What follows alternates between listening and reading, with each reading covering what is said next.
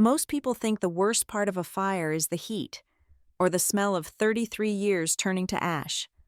For me, it was standing barefoot in the parking lot, watching my life burn, and calling my parents for help.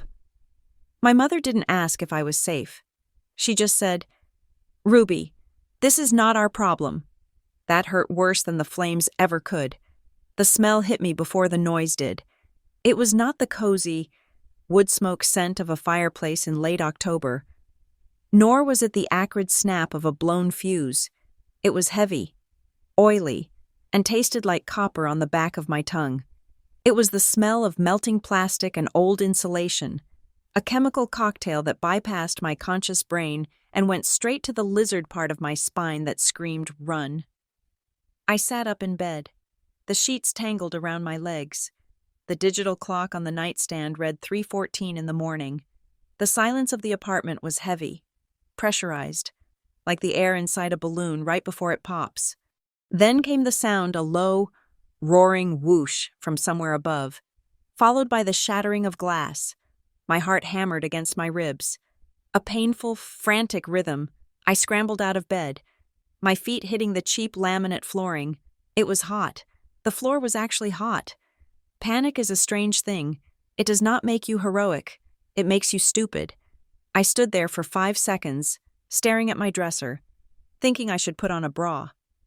I actually reached for the drawer before the hallway fire alarm finally decided to scream, a piercing, rhythmic shriek that tore through the stupor. "Get out! Get out now!" I grabbed my phone from the charger. I grabbed my keys from the hook by the door. I did not grab my purse. I did not grab the laptop containing 5 years of tax returns and my entire portfolio. I did not grab the orange prescription bottle of Lexapro that sat on the bathroom counter, the one thing that kept the edges of my world from fraying. I opened my front door and was walloped by a wave of heat so physical it felt like a shove. The hallway was filled with a thick gray haze that swirled around the fluorescent lights. Down the hall, Mrs. Higgins was screaming, a high, thin sound that didn't stop. "Move, move," a man from the 4th floor, a guy whose name I thought was David but I had never actually asked, came barreling down the stairwell. He was wearing boxer briefs and a t-shirt, his face streaked with soot. He saw me standing in my doorway, frozen by the sight of the smoke curling along the ceiling like water. "Don't open your door," he yelled, his voice cracking. "It feeds it. Shut the door." I slammed it shut. The click of the deadbolt engaging was a muscle memory I didn't even remember performing. I turned and ran. The stairwell was a bottleneck of terrified people. The air here was clearer but hotter. I was barefoot. I hadn't realized it until my soles slapped against the concrete steps, grinding into grit and dirt. I was wearing an oversized t-shirt and flannel pajama bottoms.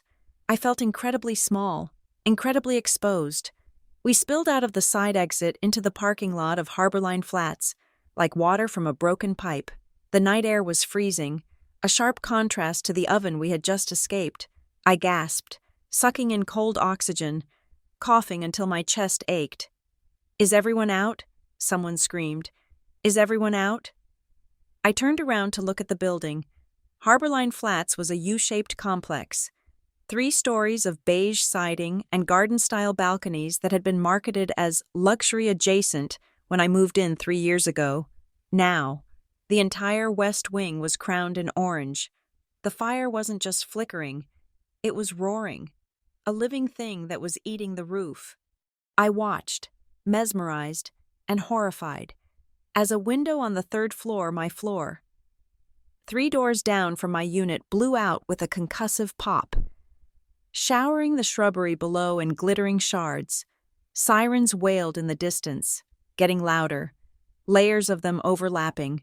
I stood shivering on the asphalt, hugging myself.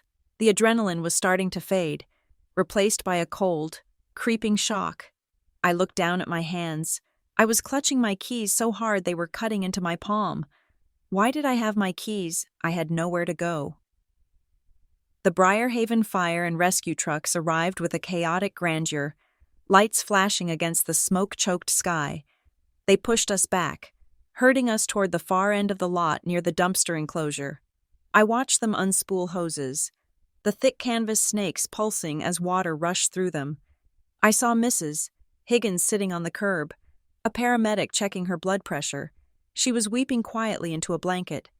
A young couple I recognized from the mailroom was holding each other, staring blankly at the inferno. I did mental arithmetic of my life, my clothes, my shoes, my birth certificate, the photos of my grandmother that I hadn't digitized, my work laptop, my charger, my contact lenses, my toothbrush. Everything I used to construct the person known as Ruby Powell was currently being converted into carbon in the night sky. I had my phone, I had my car keys, but my car was parked in the underground garage, which was currently flooded with smoke and inaccessible. I had the pajamas I was wearing. That was it. That was all I was now. A half hour later, a white van with the Harbor Line Residential Management logo screeched into the lot. 2 men got out. One was the property manager, a guy named Gary who always smelled like Altoids and despair. The other was a man in a suit that cost more than my car, someone I didn't recognize. They set up a plastic folding table near the entrance, illuminated by the headlights of their van. It looked grotesque, like a registration desk for a disaster. Tenants, please, over here, Gary shouted, waving a clipboard. I drifted toward them, along with the rest of the displaced crowd. My feet were numb from the cold asphalt. We need a head count, the suit man said. He didn't look at us. He looked at the list on the table. Name and unit number. What about our things? A guy in a heavy coat asked. My cat is in there. The fire department is handling containment, the suit said smoothly. His voice practiced. We need to focus on safety. Name and unit. I reached the front of the line. Ruby Powell, Unit 310. Gary checked a box. He wouldn't meet my eyes. Are there vouchers? I asked, my teeth chattering. I don't have a wallet. I don't have anything. We are organizing temporary lodging assistance, the suit said. He handed me a photocopied sheet of paper. This lists the local shelters and a few motels that offer emergency rates. Harbor Line will be in touch regarding security deposits and lease terminations. Lease terminations? I stared at him. The building is burning down right now. Standard procedure, Ms. Powell, he said. He looked over my shoulder to the next person. Next, I stepped aside, reading the paper in the dim light. It was a list of phone numbers. No offer of a ride. No offer of cash. It was an electrical fault, Gary was saying to a woman who was crying about her laptop. Old wiring in the walls. These things happen. Unfortunate electrical fault. He said it loudly. He said it clearly. Electrical fault. He said it 3 times in the span of 2 minutes. It sounded rehearsed. It sounded like he was trying to convince himself, or maybe trying to make sure we all remembered those exact words. I walked away from the table, finding a spot near a hedge away from the heat of the fire and the chaos of the crowd. I looked at my phone. 14% battery. I needed help. I needed an adult, which was pathetic, because I was 33 years old, but stripped of my home and my dignity. Standing barefoot in a parking lot at 4 a.m, I felt like a child. I pulled up my contacts. Mom. I stared at the name. My relationship with my parents, Elaine and Curtis Powell, was complicated, not estranged, exactly, just transactional. They were people who believed in bootstraps and self-reliance, mostly because they had spent their lives climbing social ladders and didn't like looking down. But this was a fire. This was a disaster. Surely. The rules were suspended for fire. I pressed call. It rang 4 times. Then, a click. Hello? Elaine's voice was thick with sleep, but sharp. Mom. I choked on the word. I hadn't realized I was crying until I tried to speak. Mom, it's Ruby. Ruby, it is 4 a.m. Is everything all right? No, I said, a sob breaking loose. No, Mom. There's the apartment building. It's on fire. I'm outside. It's all gone. Everything. Silence on the other end. I waited for the gasp. I waited for the, oh my God. Are you hurt? I waited for the stay there. We are coming. On fire. Elaine asked. Her tone didn't spike. It flattened. It went cold and smooth, like a stone skipping over water. Yes, I'm barefoot. I don't have my wallet. I don't have a car. Can you come get me? Or can I come there? Just for a night or two until I figure this out. There was a muffled sound, the rustle of sheets, and then a hand over the receiver. I heard murmuring. Then Elaine came back on the line. Ruby, she said. Yeah, Mom, I'm scared. Ruby, listen to me closely. She paused. This is not our problem. I blinked, the smoke stinging my eyes. What? We cannot get involved in this, she said. The words were spaced out, deliberate. You are 33 years old. You have insurance. You have a job. We cannot have this. Chaos at our doorstep right now. Chaos. I stared at the burning building. Mom, I could have died. I have no shoes. And whose fault is that? The phone muffled again. Then my father's voice, deeper, groggier, but carrying that same terrifying detachment. Ruby, Curtis said.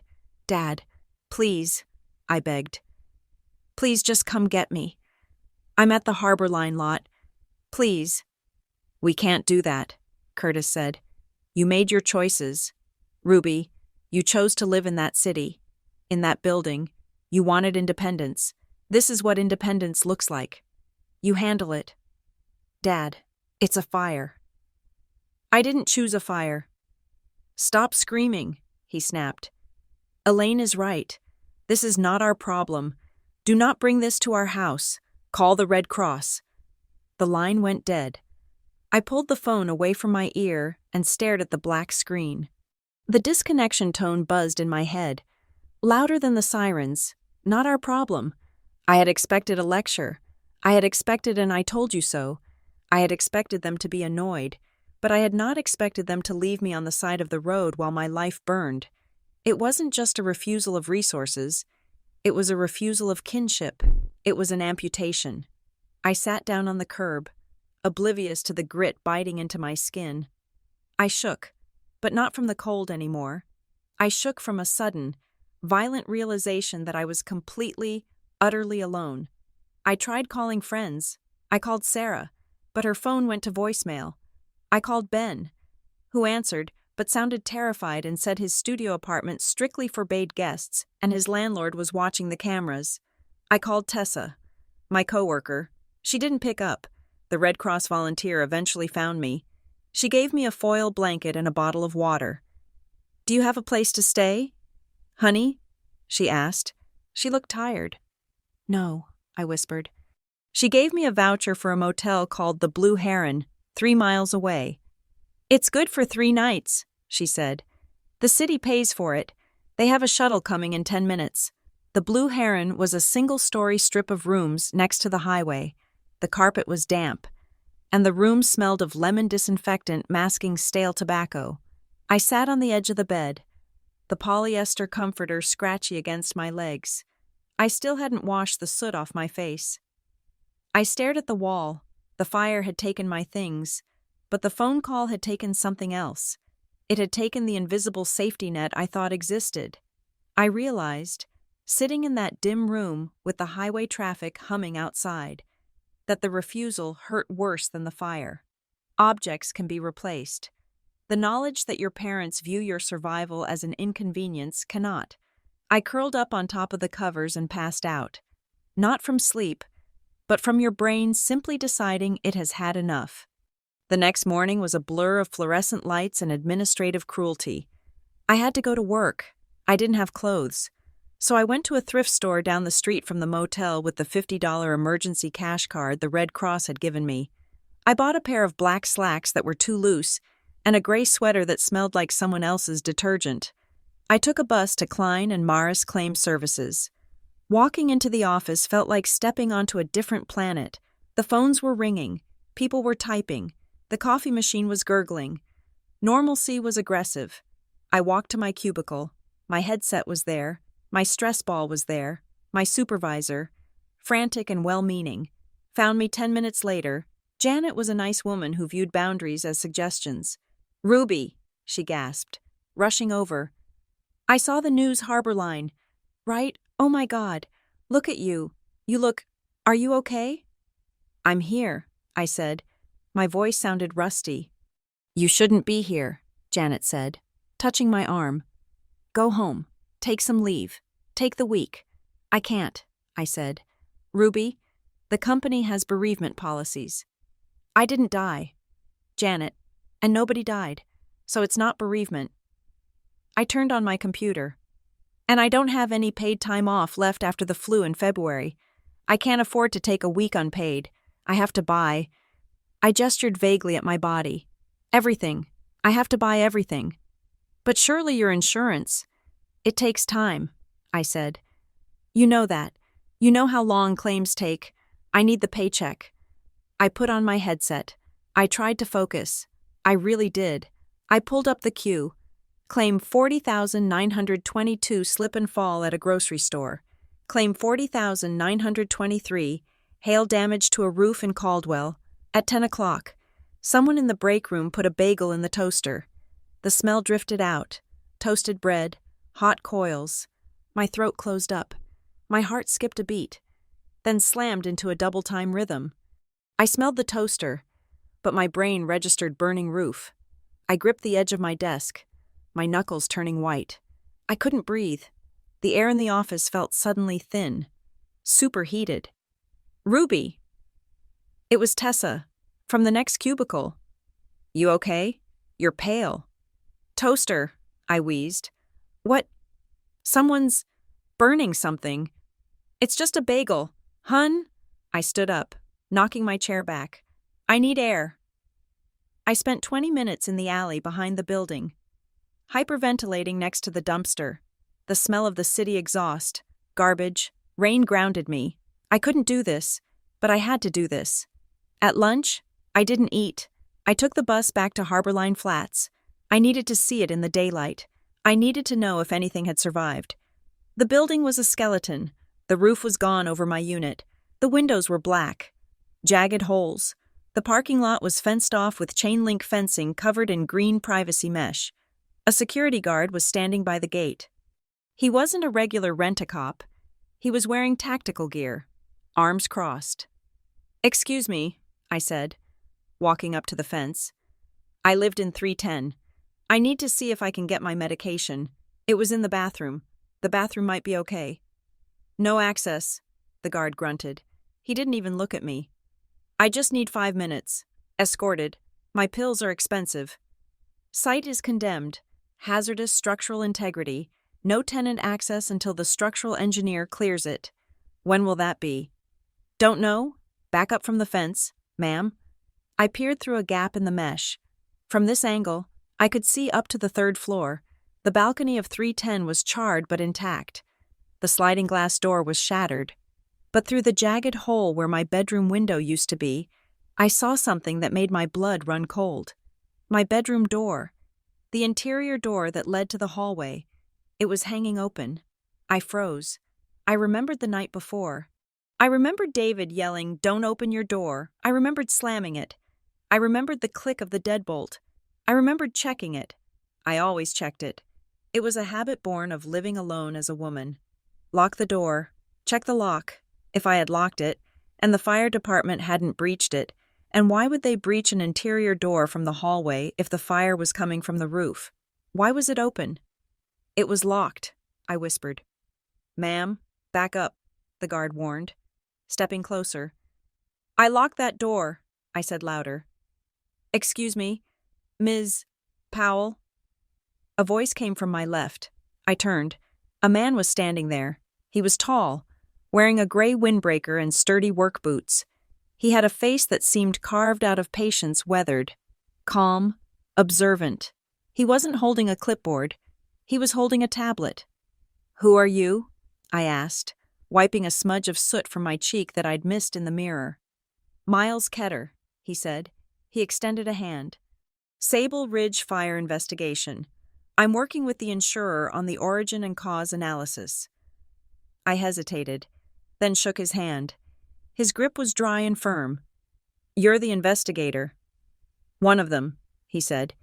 He looked at the building, then back at me. His eyes were a startlingly pale blue, piercing, but not unkind. You were in 310. Yes. You got out fast. I woke up. The smell? What did it smell like?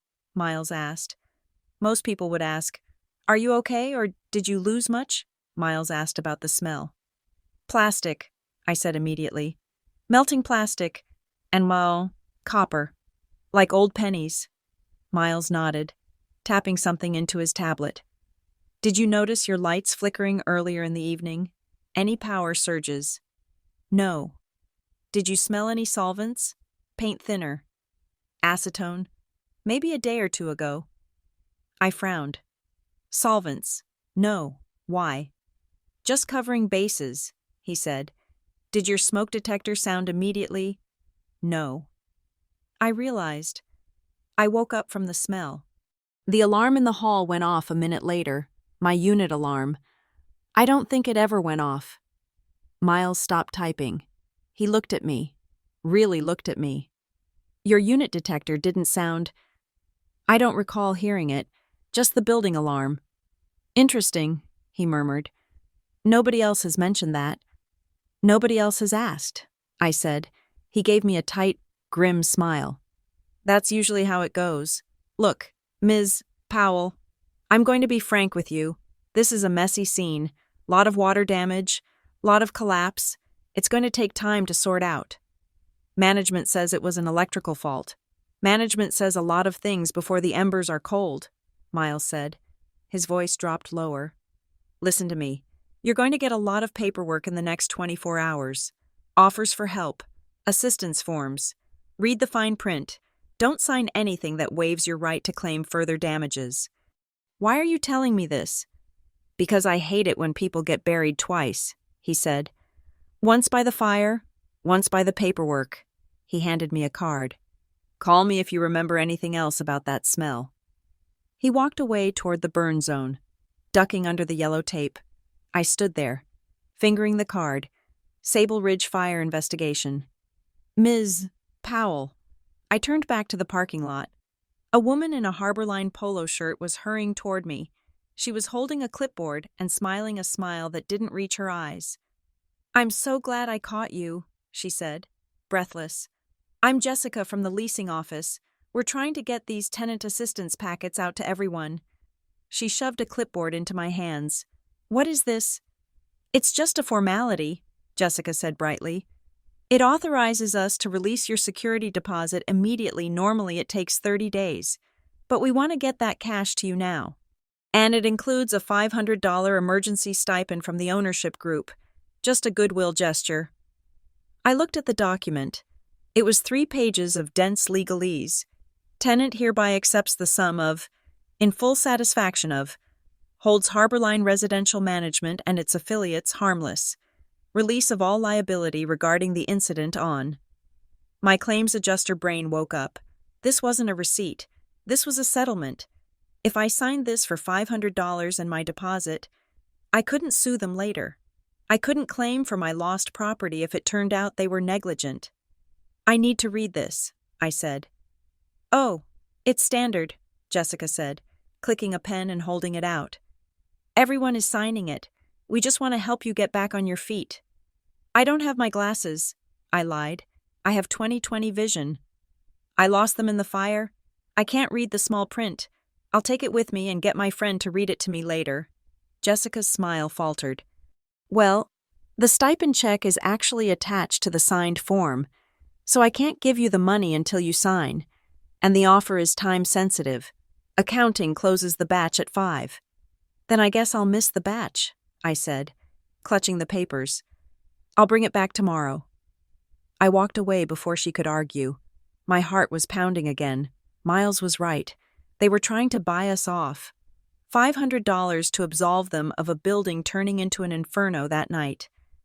Back at the Blue Heron, I sat on the bed with my burner phone. I had eaten a vending machine sandwich for dinner. My email pinged. It was from Harborline Management. Subject urgent, relocation assistance offer. Expires in 24 hours. I opened it. It was a digital version of the form Jessica had tried to get me to sign. But the offer was higher now, $1,000 plus deposit, but the waiver language was bolder, full and final settlement. They were terrified. Why were they so terrified of an electrical fault? And then a text message came through. My number was unlisted, known only to friends, work, and the building management. The number was blocked. No ID. I opened the message. Your door wasn't the only one open. Ask about Unit 3D. I stared at the screen. Unit 3D. I closed my eyes, trying to visualize the hallway layout. 3A, 3B, 3C, 3D. Unit 3D was at the end of the hall. Near the utility chase, it had been vacant for 4 months. They had been doing renovations. I remembered hearing drilling during the day, seeing guys in white painter's coveralls going in and out. They had taped plastic sheeting over the doorframe to keep the dust in. Unit 3D, the vacant unit. If my door was open and 3D was open, I looked at the message again. Ask about Unit 3D. Someone knew I was asking questions. Someone knew I had seen my door, and someone wanted me to look at the empty apartment where the renovations never seemed to end. I didn't reply. I took a screenshot of the text. Then I lay back on the lumpy pillow, the smell of smoke still faint in my hair, and realized that my parents were wrong. This was my problem, and it was about to become everyone else's problem, too. I wasn't just a victim anymore. I was a witness. I turned off the light. But I kept the phone in my hand. I didn't sleep. I just watched the shadows move across the ceiling and thought about the door I had locked, and the people who wanted me to believe I hadn't. I spent the next morning hunting a ghost. The text message had said, Unit 3D. I knew it had been vacant during the renovation. But before the hammer started swinging, someone had lived there, a girl. I remembered seeing her in the mailroom once or twice, oversized sweaters, always carrying a tote bag full of library books, eyes that avoided contact. I didn't know her name, but I knew the building's digital directory, which hadn't been updated in 6 months, was still cached on a third-party rental site I used for market research at work.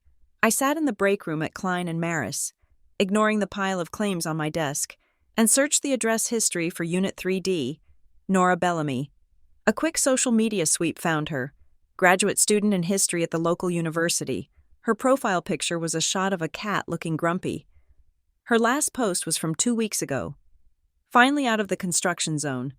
If I never hear a drill again, it will be too soon. I messaged her. Hi Nora, I'm Ruby from 310. I think we were neighbors at Harbor Line. Can I ask you something about when you moved out? It's important. She replied within 3 minutes.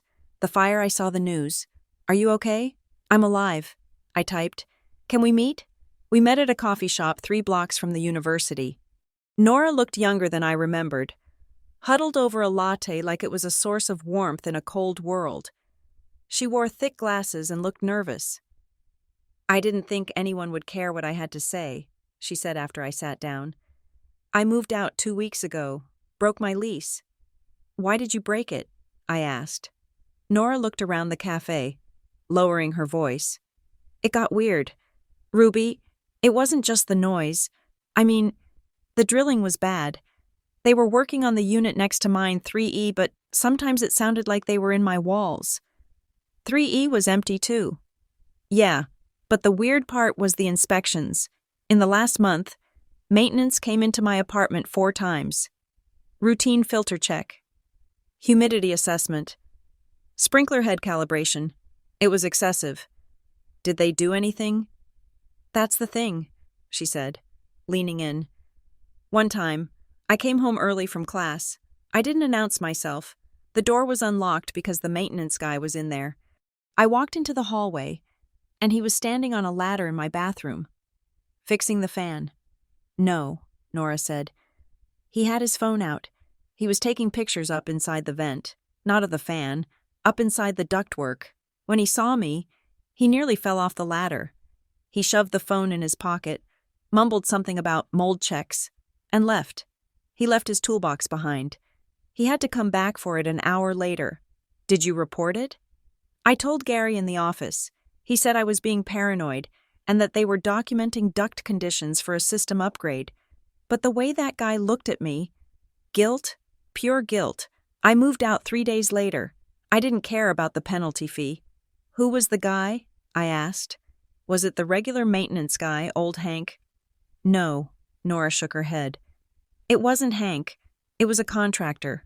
Young guy, buzz cut, neck tattoo, wore a vest that said Hearthstone Facility Solutions. I wrote the name down on a napkin. Hearthstone Facility Solutions. The text I got, I said carefully, mentioned your unit. It said your door was open. Nora's face went pale. I locked it when I left. Ruby, I dropped the keys at the office. The unit should have been empty and locked. Unless someone needed access to the ducts, I murmured. The ducts connect the units, Nora whispered. Don't they? That's how the smell travels. If you put something in the vent in 3D, it goes to 3C, 3B, and all the way down the line. I finished. We stared at each other. The coffee shop noise, the grinder. The chatter faded into a dull roar. I'm glad I left, Nora said, her voice trembling. Oh God, I'm so glad I left. I left Nora with a promise to keep her name out of it for now. I walked back toward the fire site, my mind racing, maintenance taking photos of vents, a vacant unit used as a staging ground. It wasn't just negligence, it was preparation. I found Miles Ketter standing near the perimeter fence again. He was looking at the charred remains of the roof with a pair of binoculars. You're back, he said without lowering the lenses. I found the tenant from 3D, I said. Miles lowered the binoculars. He turned to me, his expression unreadable but attentive. And she moved out 2 weeks ago because maintenance was inspecting her unit every other day. She caught a contractor taking photos inside her ventilation ducts. Miles didn't look surprised. He looked validated. Ventilation, he said softly. That tracks. Tracks with what? The burn patterns, Miles said. He gestured toward the building. See the V pattern on the exterior wall above the 3rd floor? That's classic venting. But if you look closely at the roofline, the fire didn't just burn up, it burned across. It moved laterally through the attic space faster than it should have, like it had a highway. The ducts, I said. If someone opened the dampers or modified the airflow, Miles said, choosing his words carefully, it would act like a chimney on its side, pulling the fire across the entire wing in minutes. Can you prove it? Proving it requires getting in there, Miles said. And right now, Harborline is citing safety concerns to keep everyone out, including my team. They brought in their own structural engineer this morning. He condemned the stairwell. So they can just block you forever. Not forever, Miles said, but long enough. Evidence degrades. Water damage causes rot. Soot settles. If they wait 2 weeks, the origin point might look like a soggy mess of drywall instead of a crime scene. He looked at me. You need to be careful, Ms. Powell. Official causes can be preliminarily labeled very fast. They want to call this electrical, if the fire marshal buys that. The case closes. Origin analysis takes time, but they are trying to run out the clock. Who is they? Whoever hired the guy with the neck tattoo, Miles said. Just then, the gate opened. Gary, the property manager, walked out with a security guard. He saw me and frowned. Ms. Powell, Gary said, his voice straining for politeness. We are organizing a supervised entry for essential items. 10 minutes per tenant. Hard hats required. I want to go in, I said immediately. It's very dangerous, Gary said. Liability waiver required. He held out a clipboard. I scanned it. It was a waiver for physical injury only, not a settlement of claims. I signed it.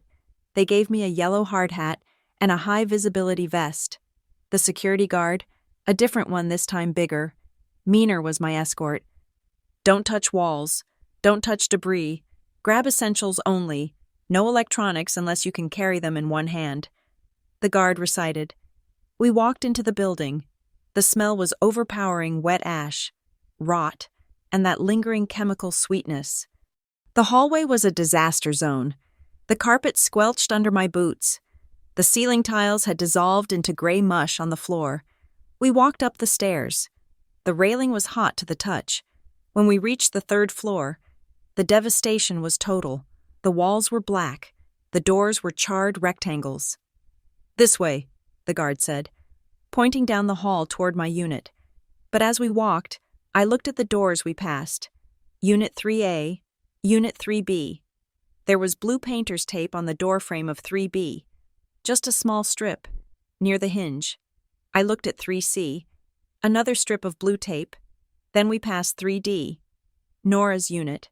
The door was gone, burned off its hinges.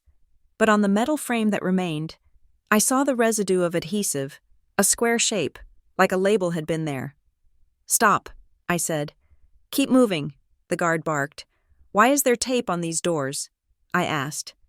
"Did the fire department do that?" "Don't know. Keep moving." He grabbed my elbow. It wasn't a gentle guide. It was a steer. He walked me past 3D fast. He walked me past my own unit. "Hey," I dug my heels in. "That's my apartment." 310. "Structural instability in that section," the guard said, not breaking stride. "We can't go in 310. It's red-tagged." "You said I could get my things." "Changed the status 10 minutes ago," he said smoothly. "Floor joists are compromised. We're going to the secondary exit." He was marching me toward the far stairwell. He wasn't taking me to my apartment. He was taking me on a loop. "You lied," I said, panic rising. "You just wanted to get me out of the parking lot." "Exit is this way, ma'am." "I saw my door," I shouted. "Through the window. It was open." He shoved the door to the stairwell open and ushered me through. "Watch your step." We emerged on the other side of the building. I was shaking with rage. I stripped off the vest and threw it at him. "I want my records," I yelled at Gary, who was waiting by the van. "I want the maintenance logs for my unit and Unit 3D. I want to know who was in my apartment." Gary looked at me with dead eyes. "Submit a request in writing. Ms. Powell." I went back to work and typed the request. I made it formal. I cited the tenant rights statutes I looked up on my lunch break.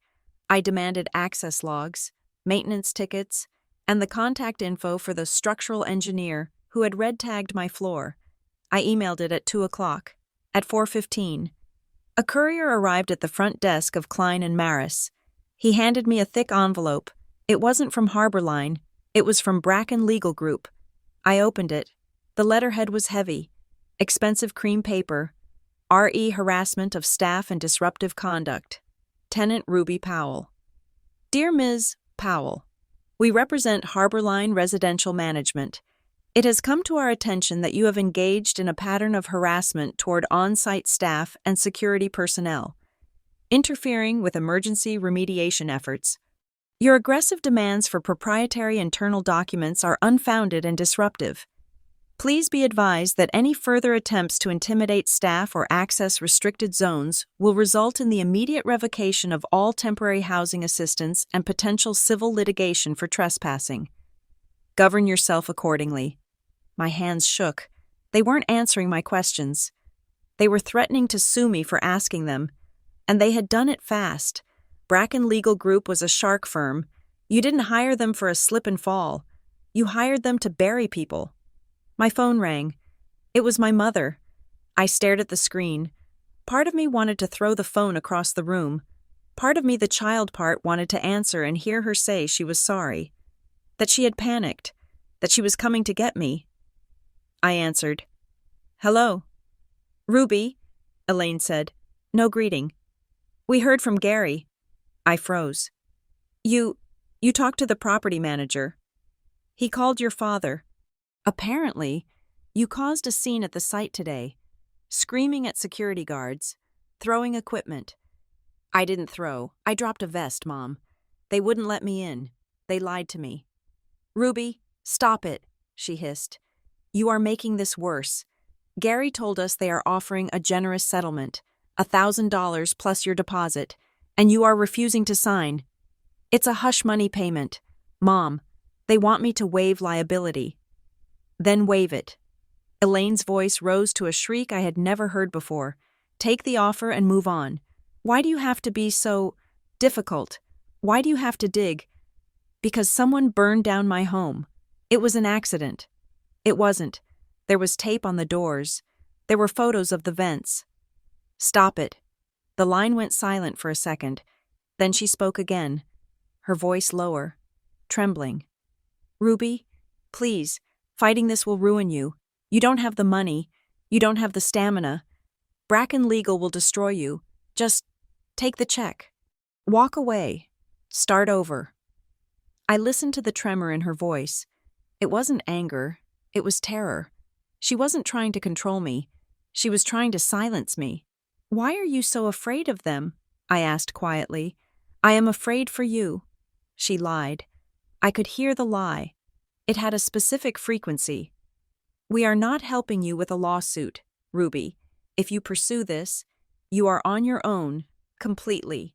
I'm already on my own, I said. You made that clear when I was standing in the parking lot. I hung up. My stomach churned. My parents were in contact with the landlord. The landlord had my father's number. Why I was 33. I wasn't a minor. Why would Gary call Curtis Powell about a tenant dispute unless they knew each other? I went back to my desk, feeling like the floor was tilting. I needed to focus on something concrete. Insurance. My own renter's policy. I logged into the portal for Northgate Mutual Exchange. I had filed my claim the morning after the fire. It should be in processing status. I clicked on claim status. Status. Pending additional review. Reason, third-party subrogation considerations / complex liability indicator. I stared at the screen. I worked in claims administration. I knew what subrogation meant. It meant the insurance company thought someone else was responsible and they wanted to get their money back from that third party. But complex liability indicator, that was internal code for something smells fishy. Usually, a total loss fire claim for a renter is a rubber stamp. You pay the policy limit for contents and loss of use. It's small potatoes for a big insurer. They don't flag it unless they think the policyholder did something wrong. Or if there's a massive legal battle brewing. I called the adjuster line. I got a voicemail. This is Perry Womack. Leave a message. I didn't leave a message.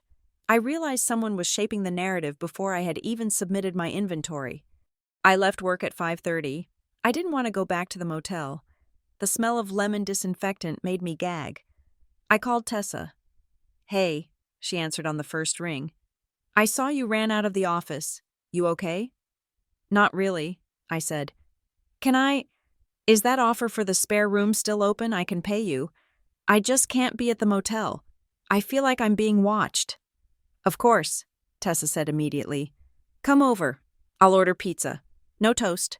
Tessa lived in a duplex on the other side of town. It was old, drafty, and cluttered, and it was the most beautiful place I had ever seen. She made me tea. She didn't ask too many questions. You can stay as long as you need, she said. Just until I get the insurance check, I said. I don't want to be a burden. You're not a burden. You're my friend. I slept on a blow-up mattress in her spare room, but I didn't sleep well. At 3 a.m., I woke up gasping. I smelled smoke. I sat up, heart hammering. I sniffed the air. Nothing. Just the smell of Tessa's vanilla candle and old books. Phantom smells. The doctor in the ER had mentioned them. PTSD symptoms. I lay back down. Pulling the duvet up to my chin, I felt small. I felt ashamed. My mother's voice echoed in my head. This is not our problem. You made your choices. Was I a burden? Was I just a dramatic, difficult woman who couldn't handle life? Maybe I should just take the $1,000. Maybe I should just disappear. The next day, I met Miles for lunch. He insisted on buying. We went to a diner far away from the harbor. I got a letter from Bracken Legal, I told him, dipping a fry into ketchup, threatening to sue me for harassment. That's a standard suppression tactic, Miles said. They want you scared. It's working, and my insurance is flagged. Flagged how? Subrogation review, complex liability. Miles stopped chewing. He put his burger down. Complex liability on a renter's policy. Yeah. That means they're talking to Harborline's insurance, Miles said. They're coordinating. That's unusual for a residential fire this early in the game. He looked at me, his eyes narrowing. Ruby, think back. Before the fire, way before, did you ever get any mail that wasn't yours? What, like misdelivered bills? Anything. Official-looking stuff. Stuff that looked like legal notices, but had someone else's name. I thought about it. The mailboxes at Harborline were a mess. A few months ago, I said slowly. Maybe November I got a thick envelope, heavy. It was addressed to Gull Rock Settlement Services, but it had my unit number on it, 310. Gull Rock Settlement Services, Miles repeated. He looked like he had just solved a puzzle he didn't want to solve. I took it to the front desk, I said. I gave it to Gary. He acted weird about it, snatched it out of my hand and said it was a sorting error. Gary snatched it. Yeah, he looked panicked. Miles took a pen out of his pocket and wrote Gull Rock on his hand. Check your credit report, he said. Today, right now. Why? Just do it. I pulled out my phone. I had a credit monitoring app. I opened it. My score was fine. 740. Look at the public records section, Miles said. Liens, judgments. I scrolled down. There was a new entry, dated 3 weeks ago, filing UC. C. 1 financing statement. Debtor Ruby Powell. Secured party Gull Rock Settlement Services. Collateral future interest/settlement proceeds. What is this? I whispered. I don't have a loan with these people. I don't even know who they are. It's a lien, Miles said grimly. A placeholder. Someone filed a claim against your future assets. Specifically, settlement proceeds. But I haven't settled anything. I haven't even sued anyone. Exactly, Miles said. They filed it before the fire, Ruby. They knew there was going to be a settlement. They pre-filed the paperwork to make sure that if you got paid, the money would route through them. That's fraud. That's insane. It's insurance harvesting, Miles said. They burn the building. The tenants get a payout, but the payout is attached to a lien. So the money goes to the shell company. You get pennies. They get the bulk. But my parents, I felt sick. My parents want me to sign the release. They want me to take the $1,000. If you sign that release, Miles said, you validate the lien. You agree to the terms. I stared at the phone, my name, attached to a company I'd never heard of, for a debt I didn't owe, on a fire that hadn't happened yet. That evening, I got an email from Northgate Mutual. Subject resolution proposal. Claim 40,922. Attached was a PDF. Dear Miss Powell, we are pleased to offer an expedited settlement of your personal property claim in the amount of $15,000. This is a one-time offer to close the claim immediately. Please find attached the inventory of loss used to calculate this value. $15,000. My policy limit was $30,000. My stuff was worth at least $25,000. I scrolled down to the inventory. It was a list. Item 165-inch 4K television. I had a 40-inch non-smart TV. Item 2 leather sectional sofa. I had a fabric love seat from IKEA. Item 3 gaming console, PS5. I didn't play video games. Item 4 golf clubs, Callaway set. I don't golf. I stared at the list. It was a template. It was a generic yuppie bachelor inventory. Someone had uploaded this file to my claim, but I hadn't submitted an inventory yet. They built the file for me, I said aloud to the empty room. Someone at Northgate Mutual had filled in the blanks before I even opened my mouth. They were trying to rush me out the door with a check that looked generous if you didn't look at the details, based on lies that would constitute insurance fraud if I signed off on them. If I signed this, and then someone investigated, I would be the one on the hook for claiming a PS5 I didn't own. I would be the fraudster. I didn't sign it. I printed it out. I circled the items I didn't own in red marker. Then I sat on the floor of Tessa's guest room and cried. Not because of the fire, not because of the fraud, but because I realized that the "not our problem" line from my parents wasn't indifference, it was complicity. They knew. Somehow, they knew. And they were leaving me to burn to cover their tracks. I wiped my face. I looked at the red circles on the paper. "Okay," I said. "You want to play games? Let's play." I picked up my phone and texted Miles. They faked my inventory. I have proof. Miles replied instantly, "Don't sleep. Meet me at the county clerk's office tomorrow at 8 a.m. We're going to pull every filing with the name Gullrock on it." I lay down on the air mattress. I smelled smoke again. But this time, I didn't panic. I let the anger burn instead. I called Perry Womack at 9 o'clock in the morning, right after I had chugged 2 cups of stale office coffee. I was sitting in my cubicle at Klein and Maris, staring at the fraudulent inventory list I had printed out the night before. My hands were shaking, not from caffeine, but from a cold, simmering rage that felt entirely new to me. "Northgate Mutual. This is Perry," he answered. He sounded cheerful. He sounded like a man who was about to close a file and make his quota. "Mr. Womack, this is Ruby Powell, claim 40922. "Ah, Ms. Powell." His voice brightened. "Did you receive the resolution proposal? We are very eager to get that check cut for you. $15,000 can go a long way toward a fresh start." "I have the proposal in front of me," I said. I kept my voice flat. "I am looking at the inventory list attached to the settlement offer, the one used to calculate the value." "Yes, standard valuation." "We applied depreciation, of course, but we tried to be generous. Mr. Womack, where did you get this list?" There was a pause, a beat of silence that lasted exactly 2 seconds too long. "I beg your pardon. The list," I repeated. "Item 3 is a Sony PlayStation 5. Item 4 is a set of Callaway golf clubs. Item 7 is a 65-inch OLED television." "Yes, I don't play video games," I said. "I have never held a golf club in my life, and my television was a 40-inch model I bought used from a friend 3 years ago. I did not submit this inventory, so I'm asking you again, where did you get it?" "Well," Perry stammered. The cheerfulness evaporated, replaced by the defensive tone of a bureaucrat caught in a procedural error. "It must be an upload error. We handle thousands of claims. Sometimes files get crossed. The system auto-populates data from similar profiles if the field is blank." "Auto-populates?" I asked. "It auto-populates a specific brand of golf clubs." "It is a glitch, Ms. Powell. I apologize. We can correct it. But really, does it matter? The valuation is higher than what you likely had. We are offering you $15,000. If you sign the release, you get the money.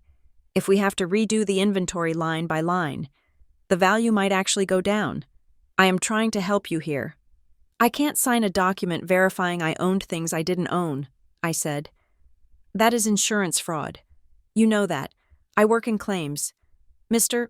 Womack, if I sign this, and an auditor checks it, I am the one liable for the falsehood, not you." Perry went quiet. His tone shifted again. It became colder. "Ms. Powell, we received a preliminary loss schedule from the property management team to expedite the process. They provided an assessment of likely contents based on unit size and finish level. We were just trying to move things along for you. Harborline gave you this list. They provided data points to assist in the adjustment. Look, do you want the check or not? Because if we have to start a manual investigation into your actual contents. This claim goes to the back of the queue. That could take 6 months. So my options are to commit fraud and get paid now, or tell the truth and starve for 6 months. Your choice. Ms. Powell, let me know by end of business." He hung up. I sat there, gripping the receiver. Harborline, the property management company, had sent a fake list of expensive items to my insurance company.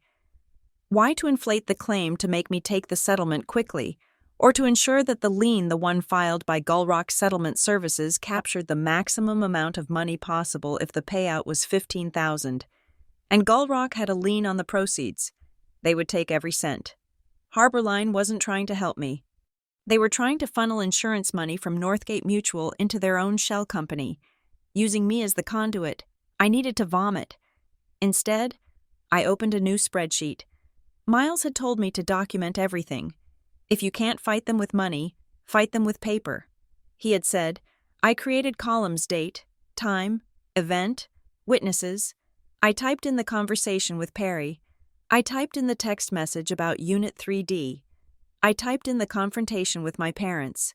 I was living a double life now. By day, I was Ruby Powell, claims administrator, processing slip and falls and arguing about deductibles for strangers. I answered phones. I nodded at Janet when she asked if I was doing okay. I ate my lunch at my desk, by night, or in the stolen moments between calls. I was Ruby Powell, investigator. I scoured public records. I tracked corporate filings. I was building a case against the people who had incinerated my life. And the terrifying part was that my own parents seemed to be standing on the other side of the line I was drawing. At lunch, I walked back to the Harborline Flats. I couldn't get close to the building, the fence was still up, and the security was tighter than ever. But I went to the leasing office. It was a separate structure near the front gate, untouched by the fire. I walked in. The air conditioning was freezing. The smell of fake potpourri was overwhelming. The guy at the front desk was new, or he pretended to be. He was young, with frosted tips and a name tag that said, Kevin. "Can I help you?" he asked, not looking up from his phone. "I'm Ruby Powell," I said. "I lived in Unit 310. I need to ask about a package." Kevin looked up. His eyes went blank. It was a practiced blankness. "We aren't accepting packages for displaced tenants," he said. "You need to forward your mail." "This isn't about a new package," I said. "This is about an old one, from November. I brought a large envelope here. It was misdelivered to me, addressed to Gull Rock Settlement Services. I gave it to the manager. Gary, I need to know who picked it up." Kevin stared at me. "I don't know what you're talking about." "You were here," I said. "I remember you. You were sitting right there when I handed it to Gary. You made a joke about how heavy it was." "I've only worked here for 2 weeks," Kevin said. "That's a lie," I said. "I saw you at the Christmas party in the lobby. You were wearing a Santa hat." "Ma'am, you are mistaken," Kevin said. His voice was robotic. "I don't know you. I don't know any Gary. Gary is the regional manager. He doesn't work the desk. If you don't have a current lease, I have to ask you to leave. This is private property. I lived here for 3 years. I slammed my hand on the desk. "You know who I am." Kevin reached for the phone. "I'm calling security." I backed away. My heart was thumping in my throat. It wasn't just that he was lying. It was that he had been instructed to lie. They had erased me. To them. I wasn't a tenant anymore. I was a liability to be managed. I walked out before security could arrive. My hands were shaking so bad I couldn't get my car keys into the ignition for a full minute. That evening, I met Nora Bellamy again. She agreed to meet me at a public park, far away from the university and far away from the fire. She looked worse than she had the last time. Dark circles bruised the skin under her eyes. She was hugging a cardigan around herself like armor. "Did you talk to the police?" she asked immediately. "They won't listen," I said. "They think it's an accident. I need more. Nora, I need details." We sat on a bench watching kids play on a swing set. It felt surreal to be discussing arson while children laughed in the background. "The noise," I said. "You said it sounded like drilling." "It was," Nora said, "but not like hanging pictures drilling. It was deeper, constant, like they were boring holes. Where?" "The utility wall," she said. "The one shared with the hallway chase. It vibrated my whole apartment, and the dust. When I moved my bookshelf, there was this fine white powder all over the baseboards behind it. It came out of the outlet covers. Drywall dust. Maybe it was sticky, though oily. I wrote that down. Sticky dust. And the smell," I prompted. Nora shuddered. The day before I left, I came home late. The hallway smelled sweet, sickly sweet, like bad candy and chemicals. I thought maybe they were refinishing a bathtub in the empty unit, but it was stronger than that. It made my eyes water just walking from the elevator to my door. Paint thinner, I suggested. Sharper, she said. Like, have you ever smelled model airplane glue or acetone? It was like that, heavy. It hung low to the floor. Acetone, I repeated. I saw a can, Nora whispered. I stopped writing. I looked at her. What? I saw a can. In the trash chute room. I went to throw away a pizza box. There was a big metal tin in the recycling bin. Silver, no label, just a hazard symbol. It smelled like the hallway. Did you touch it? No, I was creeped out. I just dumped my box and ran. But Ruby, the guy who threw it away, I saw him leaving the room as I was walking up. It was the same guy, the one with the neck tattoo, the one who took photos of my vents. Hearthstone, I said. Yeah, Hearthstone. I called Miles from the car. Acetone and drilling, I told him. And an unlabeled metal tin in the trash. That explains the lateral burn, Miles said. His voice was grim. They drilled access points into the chase. They poured an accelerant, probably an acetone-based mixture, down the void spaces. It would pool at the bottom, but the fumes would rise and fill the attic. When it ignited, the whole chase became a blast furnace. It wasn't an accident, I said. It was an execution. I found something too, Miles said.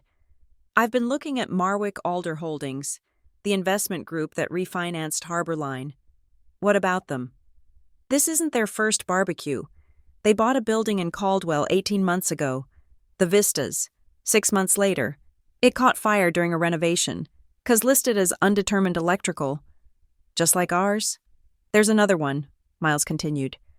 Westmere Arms, bought by Marwick Alder 2 years ago, fire in the basement storage units, cleared out the tenants. They rebuilt it as luxury condos. 3 fires, I said. Same owner, same renovations. And I pulled the refinancing documents for Harborline, Miles said. It's a matter of public record. Filed with the county. Do you have a pen? I'm ready. The loan was structured through a private equity firm, but there are a series of consultancy fees paid out of the closing costs. Standard stuff. Usually, architects, surveyors, but there is a line item here for risk mitigation consulting, $25,000. Who was it paid to? Powell Advisory Services. The phone felt like it turned into lead in my hand. The world tilted on its axis. Say that again, I whispered. Powell Advisory Services, Miles said. Address listed is a P.O. box in Ashford Glen. Ashford Glen, my parents' neighborhood. Ruby, Miles asked. Ruby, are you there? I have to go, I said. I hung up. I pulled the car over because I couldn't breathe.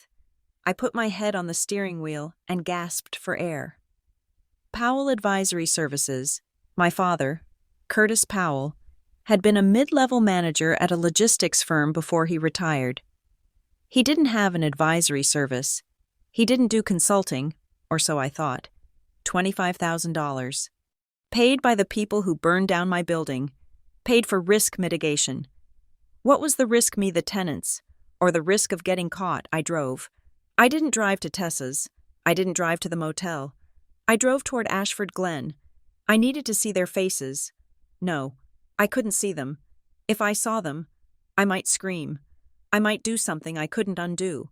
I pulled into a gas station parking lot 3 miles from their house and called them. Elaine answered. Ruby, are you calling to say you signed the papers? What is Powell Advisory Services? I asked. Silence. Absolute. Dead silence. I found the filing.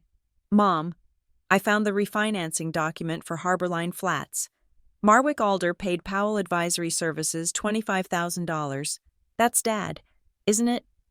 Ruby, you are digging into things you do not understand, Elaine said. Her voice was trembling again, but this time, it had a steel edge to it. I understand math, I shouted. I understand that my parents took money from the people who destroyed my life. Did you know? Did you know they were going to burn it? No. It was Curtis. He must have been listening on the extension. No, Ruby. Absolutely not. It's not what you think. Then what is it? Tell me, what did you consult on? You know nothing about real estate. It was a signature, Curtis said. His voice sounded old, defeated. They just needed a local signatory for some zoning variances, an independent consultant. It was a formality. Easy money. We needed the money. Ruby, the pension isn't what it used to be. You sold your name, I said, realizing it as I said it. You let them use your name to bypass some regulation. We didn't know about any fire, Curtis insisted.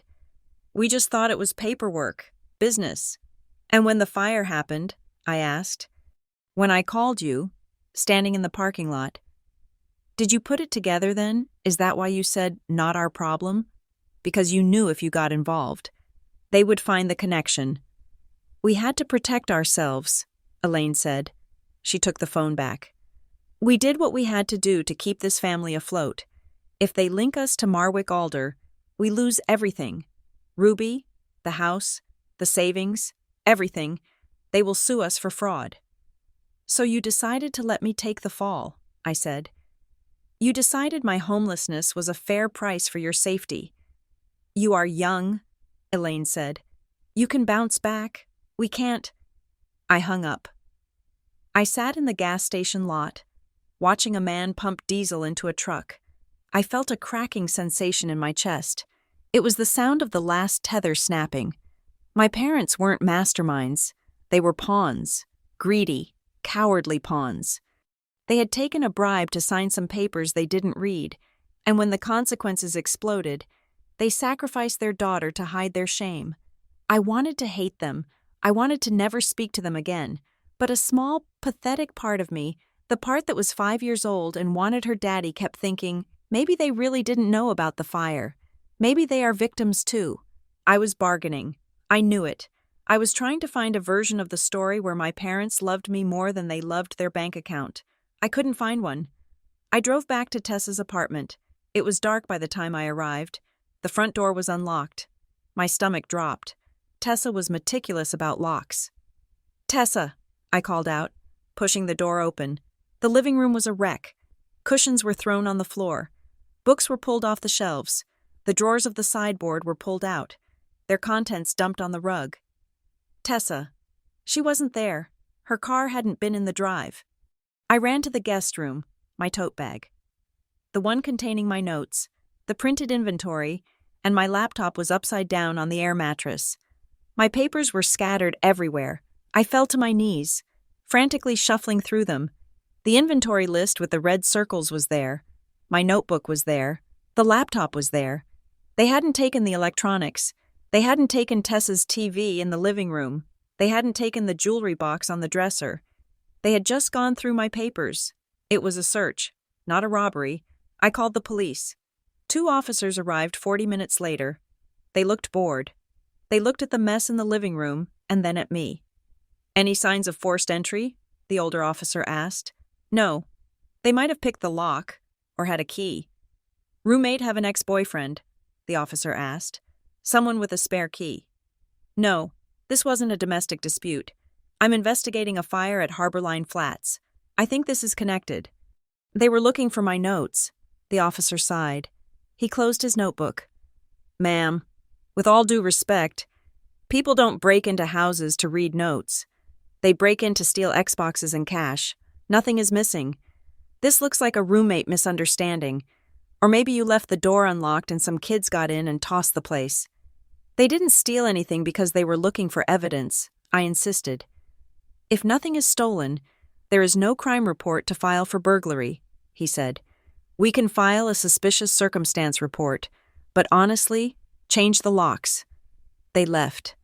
I sat in the middle of the chaos, shaking. They had been here. The people who burned my building, they had been in the room where I slept. Tessa came home 10 minutes later. She took one look at the apartment and dropped her groceries. Oh my God, she whispered. Ruby. I'm okay, I said. I'm so sorry. Tessa, I'm so sorry. Did they take anything? No, they just sent a message. We spent the next 2 hours cleaning up. Tessa was quiet. She was trying to be brave, but I could see her hands trembling as she put the books back on the shelf. I was endangering her. My toxicity was leaking into her life. I couldn't stay here. I had to leave. I went out to my car to get the emergency bag I had started keeping in the trunk. The street was dark. The streetlights reflected on the wet pavement. I walked to my sedan. There was something yellow stuck to the driver's side window. A sticky note. I reached out and peeled it off. In black Sharpie. In block letters. Take the check. I stared at the note. It was simple. Brutal. They knew where I was. They knew where I slept. They knew what car I drove. Fear, cold and sharp, washed over me. But right behind the fear came the clarity I had felt when I looked at the fake inventory. If they were doing this, breaking into homes, leaving notes, gaslighting me, it meant they were vulnerable. You don't threaten people unless you're afraid of what they know. They were afraid of me. I didn't crumple the note. I stuck it to the dashboard of my car. I took out my phone and called Miles. Ruby, he answered on the first ring. It's late. They broke into Tessa's, I said. My voice was steady, terrifyingly steady. They tossed my papers, and they left a note on my car. Are you safe? Miles asked instantly. Get out of there. Go to a hotel, a big chain, somewhere with cameras. I'm not running, I said. I mean, I'm leaving Tessa's, but I'm not stopping. Ruby, listen to me. This is escalating. These people, Marwick, Hearthstone, they aren't playing. I know, I said. I looked at the dark street. I looked at the building that had burned, and the parents who had sold me out, and the insurance company that wanted me to lie. Miles, I said. Yeah. I think this fire was planned. I don't mean just the accelerant. I mean the whole thing. The insurance, the renovation, the consulting fees, it was a business plan. Yes, Miles said softly. It was. Then we need to burn it down, I said. Metaphorically speaking. How? We stop looking for the cause of the fire, I said, and we start looking for the money. I need to see the storage unit, the one mentioned in the Gullrock file.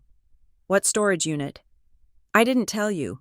I remembered the flash of memory from the credit report. The lien filing, it listed a collateral location, Stone Harbor Storage, Unit 404. If that's where they're keeping the real records, Miles said. That's the smoking gun. Meet me there tomorrow, I said. Bring bolt cutters. Ruby, that's breaking and entering. No, I said. My name is on the lien. Technically, whatever is in that unit belongs to me. I hung up. I wasn't an adjuster anymore. I wasn't a daughter anymore. I was the fire investigator now, and I was going to find the source. The drive to Caldwell County took 45 minutes, leading us away from the polished waterfront of Briarhaven and into a landscape of flat industrial parks and rusted chain-link fences. Miles drove. I watched the tree line blur, trying to ignore the knot of anxiety tightening in my stomach. We met the contact at a roadside barbecue joint that smelled of hickory smoke and old grease. He was a man named Captain Vance, a retired fire inspector with skin like tanned leather and hands that shook slightly when he reached for his iced tea. He didn't look at me. He looked at the table. This is off the record, Vance said. His voice was gravel. You quote me. I will say, you are hallucinating. Understood, Miles said. She just needs to understand the mechanics. Vance, not the specific case, just the method. Vance looked at me then. His eyes were watery but sharp. You want to know how to burn a building down without getting caught. I want to know how they did it to mine, I said. Renovations, Vance said. He took a bite of a hush puppy. It is the oldest trick in the developer handbook. You buy a building that is falling apart. You need to upgrade it to get the rents up, but the code violations are too expensive to fix. Asbestos, old wiring, lead paint, abatement costs millions. So you burn it, I asked. You don't just burn it, Vance corrected. You renovate it. You hire a contractor to strip the units. They open up the walls. They expose the chaseways, the vertical shafts where the pipes and wires run. That is the throat of the building. Once the throat is open, the fire can breathe. He leaned in. Then, you use construction materials as the fuel. You don't splash gasoline around. That leaves a chemical signature. You use high VOC primer. You use flooring adhesive. You use acetone for cleaning tiles. You leave cans of it accidentally uncapped near a heat source, or you soak rags in it and leave them in a pile inside the wall cavity. The sawdust, I whispered. I remembered Nora talking about the sticky dust. They drilled holes. Ventilation, Vance nodded. They drill holes in the fire stops. They create a chimney effect. When the spark happens, maybe a heater. Maybe a faulty work light, the air rushes up the chase. The primer fumes ignite. The adhesive catches. The fire moves sideways through the attic and down through the walls. By the time the alarms go off, the structure is compromised. And the best part, he smiled, a grim, humorless expression. The fire consumes the evidence. The renovation creates the chaos that masks the origin. And the insurance pays out for the replacement value of a brand new building, not the old rot that was there. It's an eviction by fire, I said. It is a business model, Vance said, and if they do it right, the fire marshal writes undetermined on the report. The insurance cuts the check, and the developer breaks ground on luxury condos 6 months later. We left Vance with his barbecue. In the car, I felt cold despite the afternoon sun. It wasn't just arson, it was an industrial process. When I got back to Tessa's apartment, checking the lock 3 times before I sat down, I opened my laptop. I had a name to chase. Hearthstone Facility Solutions. The contractor with the neck tattoo. The company that had been inspecting the vents. I ran a corporate entity search on the Secretary of State website. Hearthstone Facility Solutions, LLC, status active, formed 6 months ago. I dug deeper. I looked up the registered agent address. It was a strip mall in a town called Oakhaven. Then I searched for dissolved entities at the same address. Hearthfire Maintenance Group, LLC, status dissolved, date 1 year ago. Hearth Home Commercial Services, LLC, status dissolved, date 2 years ago. It was a shell game, a phoenix pattern. They formed a company. Did the dirty work, maybe a fire, maybe a shoddy renovation, and then dissolved the entity before the lawsuits could stick. Then they reformed under a slightly different name with the same officers and the same trucks. I was looking at the screen when my phone pinged with a notification. It was an email from Harborline Residential Management. Urgent notice to all tenants, property removal. Due to rapid structural deterioration. The site has been deemed critically unsafe. All tenants must remove any remaining salvageable personal property within 48 hours. Any items remaining on the premises after this window will be considered abandoned and disposed of by site crews. 48 hours. They were clearing the board. I drove to Harborline fast. The sun was setting, casting long, bruised shadows across the parking lot. The scene was chaotic. Dumpsters massive. 30-yard construction dumpsters were already lined up along the perimeter. A crew of men in white hazmat suits and respirators were hauling things out of the building and tossing them over the metal rims. "Hey!" I shouted, jumping out of my car. "Hey, stop!" I ran toward the nearest dumpster. "Back off!" a security guard yelled. It was the same one from before, the one who had marched me past my unit. "That's not trash," I screamed, pointing at the dumpster. "That's people's lives." I climbed up the side of the dumpster. Grabbing the metal lip, the rust bit into my hands. I peered inside. It wasn't just charred drywall. It was furniture. It was boxes. It was a child's bicycle, twisted by heat but recognizable, and right on top, near the corner, was a plastic tote bin. The lid had popped off. Inside were letters, hundreds of them. It was a mail bin, the kind the postman uses. "You're throwing away the mail," I yelled. "That is a federal crime. You can't destroy mail." "It's contaminated," the guard said, grabbing my ankle. "Get down." I kicked at him. "Let go of me."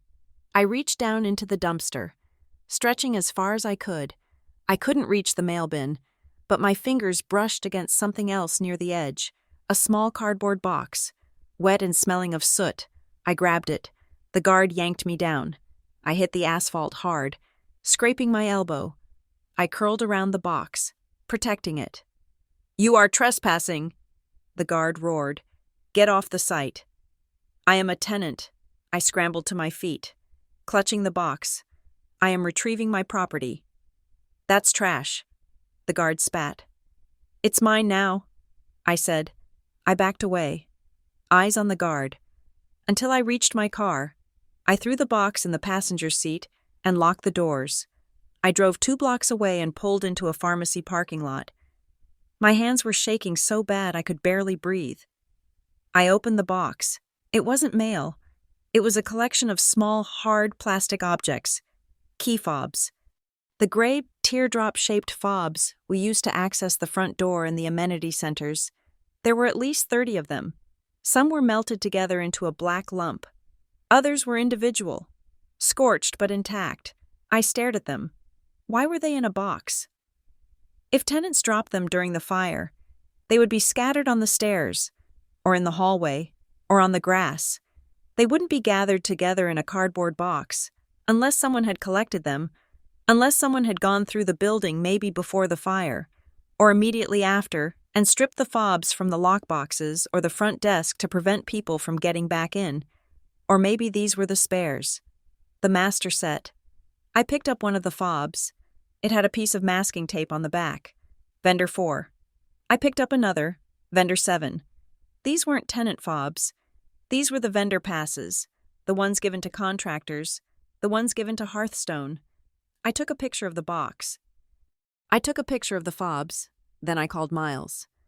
"I have the fobs," I said. "A whole box of them. Found them in the dumpster." "Vendor fobs?"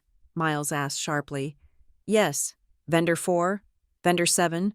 Why would they throw them away?" "Because they have digital signatures," Miles said. "Each fob has a unique ID. If I scan those fobs, I can match them to the access log. I can see exactly when Vendor 4 entered the building. And if Vendor 4 entered the building at 3 in the morning right before the alarm went off, then we know who lit the match," I finished. "Keep them safe," Miles said. "Do not let them out of your sight. I'm coming to get them tonight." The next morning, the hammer dropped at work. I walked into Klein and Maris at 8:30. I was wearing the same gray sweater I had worn for 3 days because I hadn't had time to do laundry at Tessa's. I looked like a ghost, and I probably smelled like smoke and dumpster juice. "Ruby," Janet said. She was standing at my cubicle. She didn't look friendly today. She looked pained. "In my office. Now."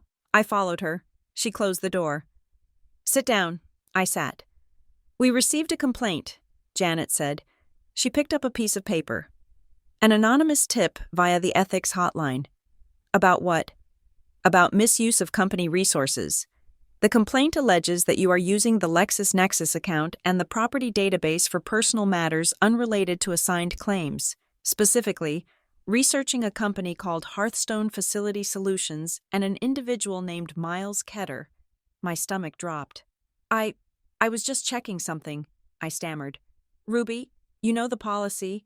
Those databases cost the firm money per search, and more importantly, using them for personal vendettas is a conflict of interest, especially since Northgate Mutual is one of our clients." "Northgate?" I asked. "We don't handle the Harbor Line claim." "No, but we handle Northgate's overflow. If you are suing Northgate or investigating them, and you are using our systems to do it, that exposes Klein and Morris." She leaned forward. "I have to put you on formal warning. If I see one more search query that isn't linked to an assigned file, you will be terminated for cause." "Terminated?" I felt the blood drain from my face. "Janet, I lost everything. I need this job." "Then do your job," Janet said softly. "And stop playing detective. You can't afford it." I walked back to my desk. They were squeezing me. They knew I was looking at Hearthstone. They knew I was working with Miles, and they had called my boss to shut me down. They wanted me unemployed, because if I was unemployed, I would be desperate, and if I was desperate, I would take the check. I sat at my desk and stared at the spreadsheet of slip-and-fall claims. The numbers swam before my eyes. I needed money, I needed a lawyer, and I had neither. At lunch, I went to my car to call Miles. "They are watching my work searches," I told him. "They tried to get me fired." "It means you're close," Miles said. "But I have news. Good news. I could use some—" The burn pattern analysis came back from the lab. The official prelim. They ruled out your unit. I let out a breath I felt like I had been holding for a week. "They did?" "Yes. The char depth and the V patterns confirmed the origin was in the utility chase adjacent to Unit 3D, just like we thought, and the spalling on the concrete foundation suggests a liquid accelerant pooled there. So I'm cleared." "You are cleared of starting it," Miles said. "But that doesn't mean they will pay you. Now they will shift tactics. They will claim vendor negligence or unforeseeable criminal act to deny liability for the building systems. They will still try to lowball the tenants. But at least they can't blame me." "No, they can't." I hung up. It was a small victory, but it felt massive. I wasn't the arsonist. I was just the victim. Then my phone rang again. Unknown number. "This is Ruby," I answered, expecting a telemarketer or a threat. "Ms. Powell, good afternoon. My name is Simon Vance. I am calling from the Community Outreach Division of Marwick Alder Holdings." Vance, the same last name as the fire inspector. A coincidence, or a very common name. "What do you want?" I asked. "I understand you have been through a terrible ordeal," Simon said. His voice was like warm honey, soothing, rich, and completely synthetic. "Marwick Alder is the parent investment group for your building. We are devastated by this tragedy. We want to help." "Help how?" "We are establishing a targeted relocation grant for residents who have been most displaced. We have identified you as a priority case. We would like to invite you to our office to discuss a direct cash grant, separate from the insurance, immediate funds." "How much?" I asked. $20,000, Simon said. "To help you start over. 20,000, plus the 15 from insurance. $35,000. I could move, I could buy a car, I could pay off my student loans." "Where's your office?" I asked. "Downtown, the Spire building, Suite 4000. Can you come at 4? I looked at the clock. I had to work, but if I got fired, 20,000 would save me. "I'll be there." The Marwick Alder office was a fortress of glass and steel. The lobby had marble floors that clicked under my thrift store boots. Simon met me at the elevator. He was younger than I expected, maybe 35, in a suit that fit him perfectly. He had a smile that showed too many teeth. "Ms. Powell," he said, shaking my hand. "Thank you for coming. Please, come to the conference room. Can I get you water espresso?" "Water is fine," I said. We sat at a table long enough to land a plane on. The view of the city was breathtaking. I could see the harbor. I could see the blackened scar where my apartment used to be. "We want to make this right," Simon said, sliding a folder across the table. "This fire was a catastrophe. We value our community relationships. This grant is a gesture of goodwill." I opened the folder. A check for $20,000 was stapled to the front. Behind it was a document. Confidentiality and non-disparagement agreement. I scanned it. Recipient agrees to refrain from making any public statements, social media posts, or communications with media outlets regarding the incident. Recipient agrees not to voluntarily participate in any third-party investigations unless compelled by subpoena. Recipient agrees to waive all future claims against Marwick Alder Holdings and its subsidiaries. "It's a hush fund," I said. "It's a standard privacy agreement." Simon smiled. "We just want to protect the brand while we rebuild." "You want me to stop talking to the fire investigator?" "We want you to focus on your future. Ms. Powell, not the past. Why dwell on ugliness when you can have security?" He leaned back, tenting his fingers. "We know you've been active," Simon said softly. "We saw the footage of you at the site. We saw you speaking to that private investigator near the north stairwell." I froze. "The north stairwell?" I asked. "Yes, the camera angles are quite clear." "I never met Miles at the north stairwell," I said slowly. "We met at the perimeter fence, and once in the parking lot." Simon blinked. The smooth mask slipped for a fraction of a second. Perhaps I'm mistaken. The security logs are extensive. There are no cameras at the perimeter fence," I said. "And the north stairwell collapsed in the first hour of the fire. So how did you see footage from it?" "Ms. Powell." "You didn't see footage," I said, standing up. "You were tracking my phone, or you had someone following me." "Please sit down," Simon said, his voice hardening. "No," I pushed the folder back. "I don't want your money. And I don't want your goodwill. Ms. Powell." "Think carefully," Simon said. He didn't stand up. He just looked at me with cold, reptilian eyes. "This offer expires when you walk out that door, and life is very expensive in Briarhaven, especially for someone with a flagged insurance claim and a job that is, let's say, precarious." "You called my boss," I realized. "You filed the complaint." "We simply ensured that corporate resources weren't being wasted," Simon said. "We are responsible corporate citizens." I walked out. My legs were shaking so hard, I thought I would fall. I took the stairs down 40 flights because I didn't trust the elevator. I got to my car and drove. I didn't go to Tessa's. I didn't go to Miles. I went to Ashford Glen. I needed to look my father in the eye. The house in Ashford Glen was a pristine 2-story colonial with a manicured lawn. It was the house I grew up in. The house where I learned to ride a bike. The house that was paid for, apparently, by consulting fees from arsonists. I pulled into the driveway. The garage door was open. My mother, Elaine, was standing by a pile of cardboard boxes. She was taping one shut. She looked up when I slammed my car door. She looked terrified. "Ruby," she said, "what are you doing here?"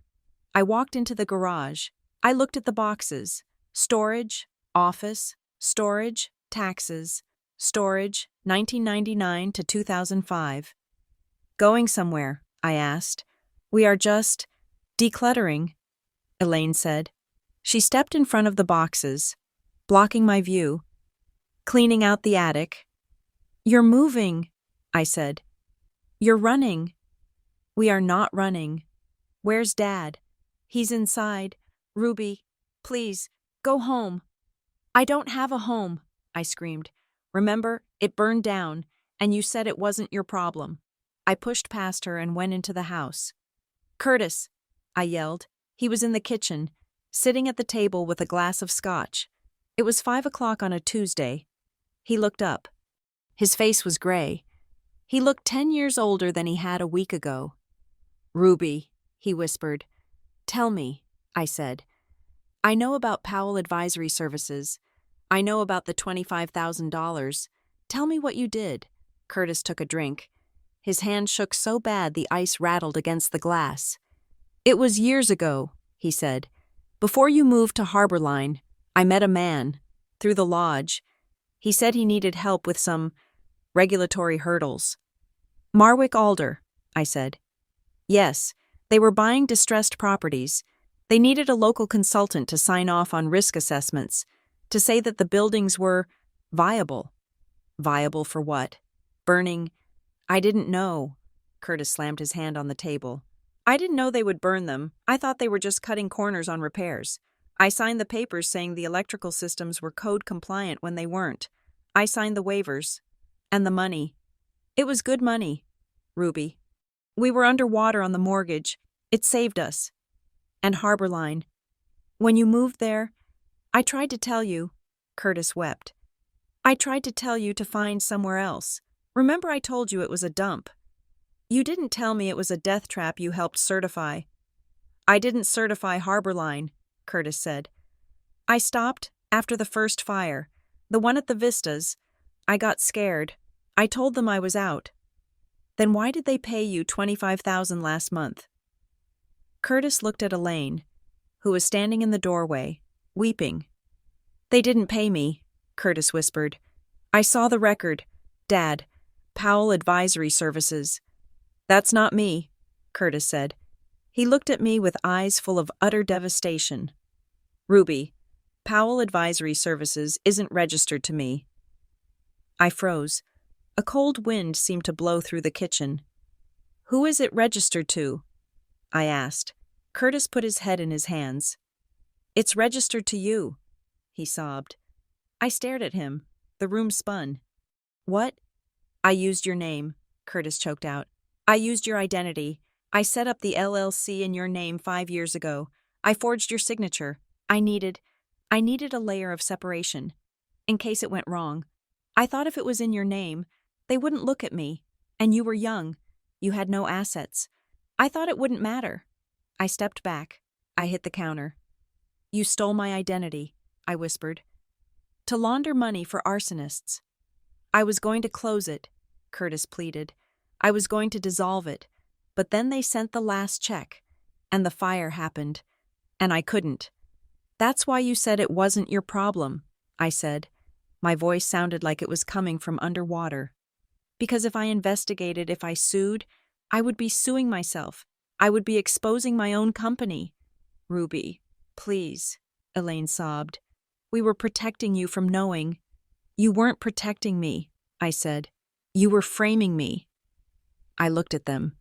These people who had raised me, who had bandaged my knees and paid for my braces, they were strangers. They were monsters. You made me the owner of the company that helped burn down my own apartment, I said. And the lien, the Gullrock lien, they filed it against you, Curtis said. Because technically, you owe them the money. The terms of the consulting agreement, if the building fails, the consultant is liable. I laughed. It was a jagged, hysterical sound. So I owe them for burning down my own home. I turned around. Ruby, Elaine grabbed my arm. Where are you going? I shook her off. I didn't scream. I didn't hit them. I felt cold, dead cold. Don't touch me, I said. Don't ever touch me again. I walked out of the house. I walked past the storage boxes filled with the evidence of their lives. I got into my car. I had the key fobs. I had the fake inventory. And now, I had the truth. I wasn't just a victim. I was the patsy. And Patsy was about to burn the whole house down. I sat in Miles's truck, parked in the shadow of a rusted water tower 3 miles from my parents' house. I was shivering, though the heat was blasting. The vibration of the engine idled in my bones. Say that again, Miles said. He was looking out the windshield, his hands gripping the steering wheel so hard the knuckles were white. He used my name, I said. My voice sounded hollow, like it was coming from a radio in another room. Powell Advisory Services. It is an LLC registered to Ruby Powell. He forged my signature 5 years ago. He's been funneling consulting fees through it ever since. The $25,000 from Marwick Alder went to a bank account opened in my name. Miles closed his eyes. He let out a long, slow breath that fogged the glass. That explains the lien, he said quietly, and the insurance hold. How? Ruby, think like an adjuster. Northgate Mutual sees a claim for a fire. They investigate. They see a massive payment from the building owners to a risk mitigation consultant named Powell Advisory Services.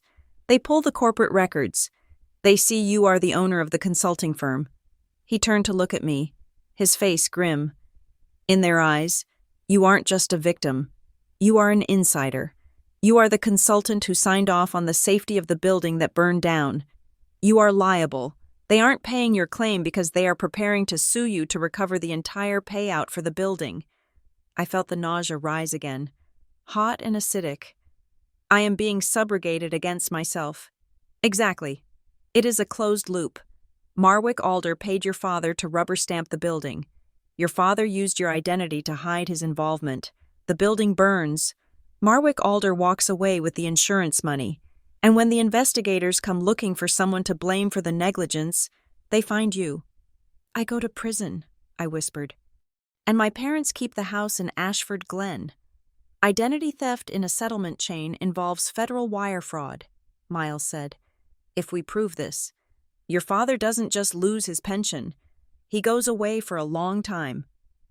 I looked down at my hands. They looked like my mother's hands. Same shape, same nail beds. They were so cold, I said.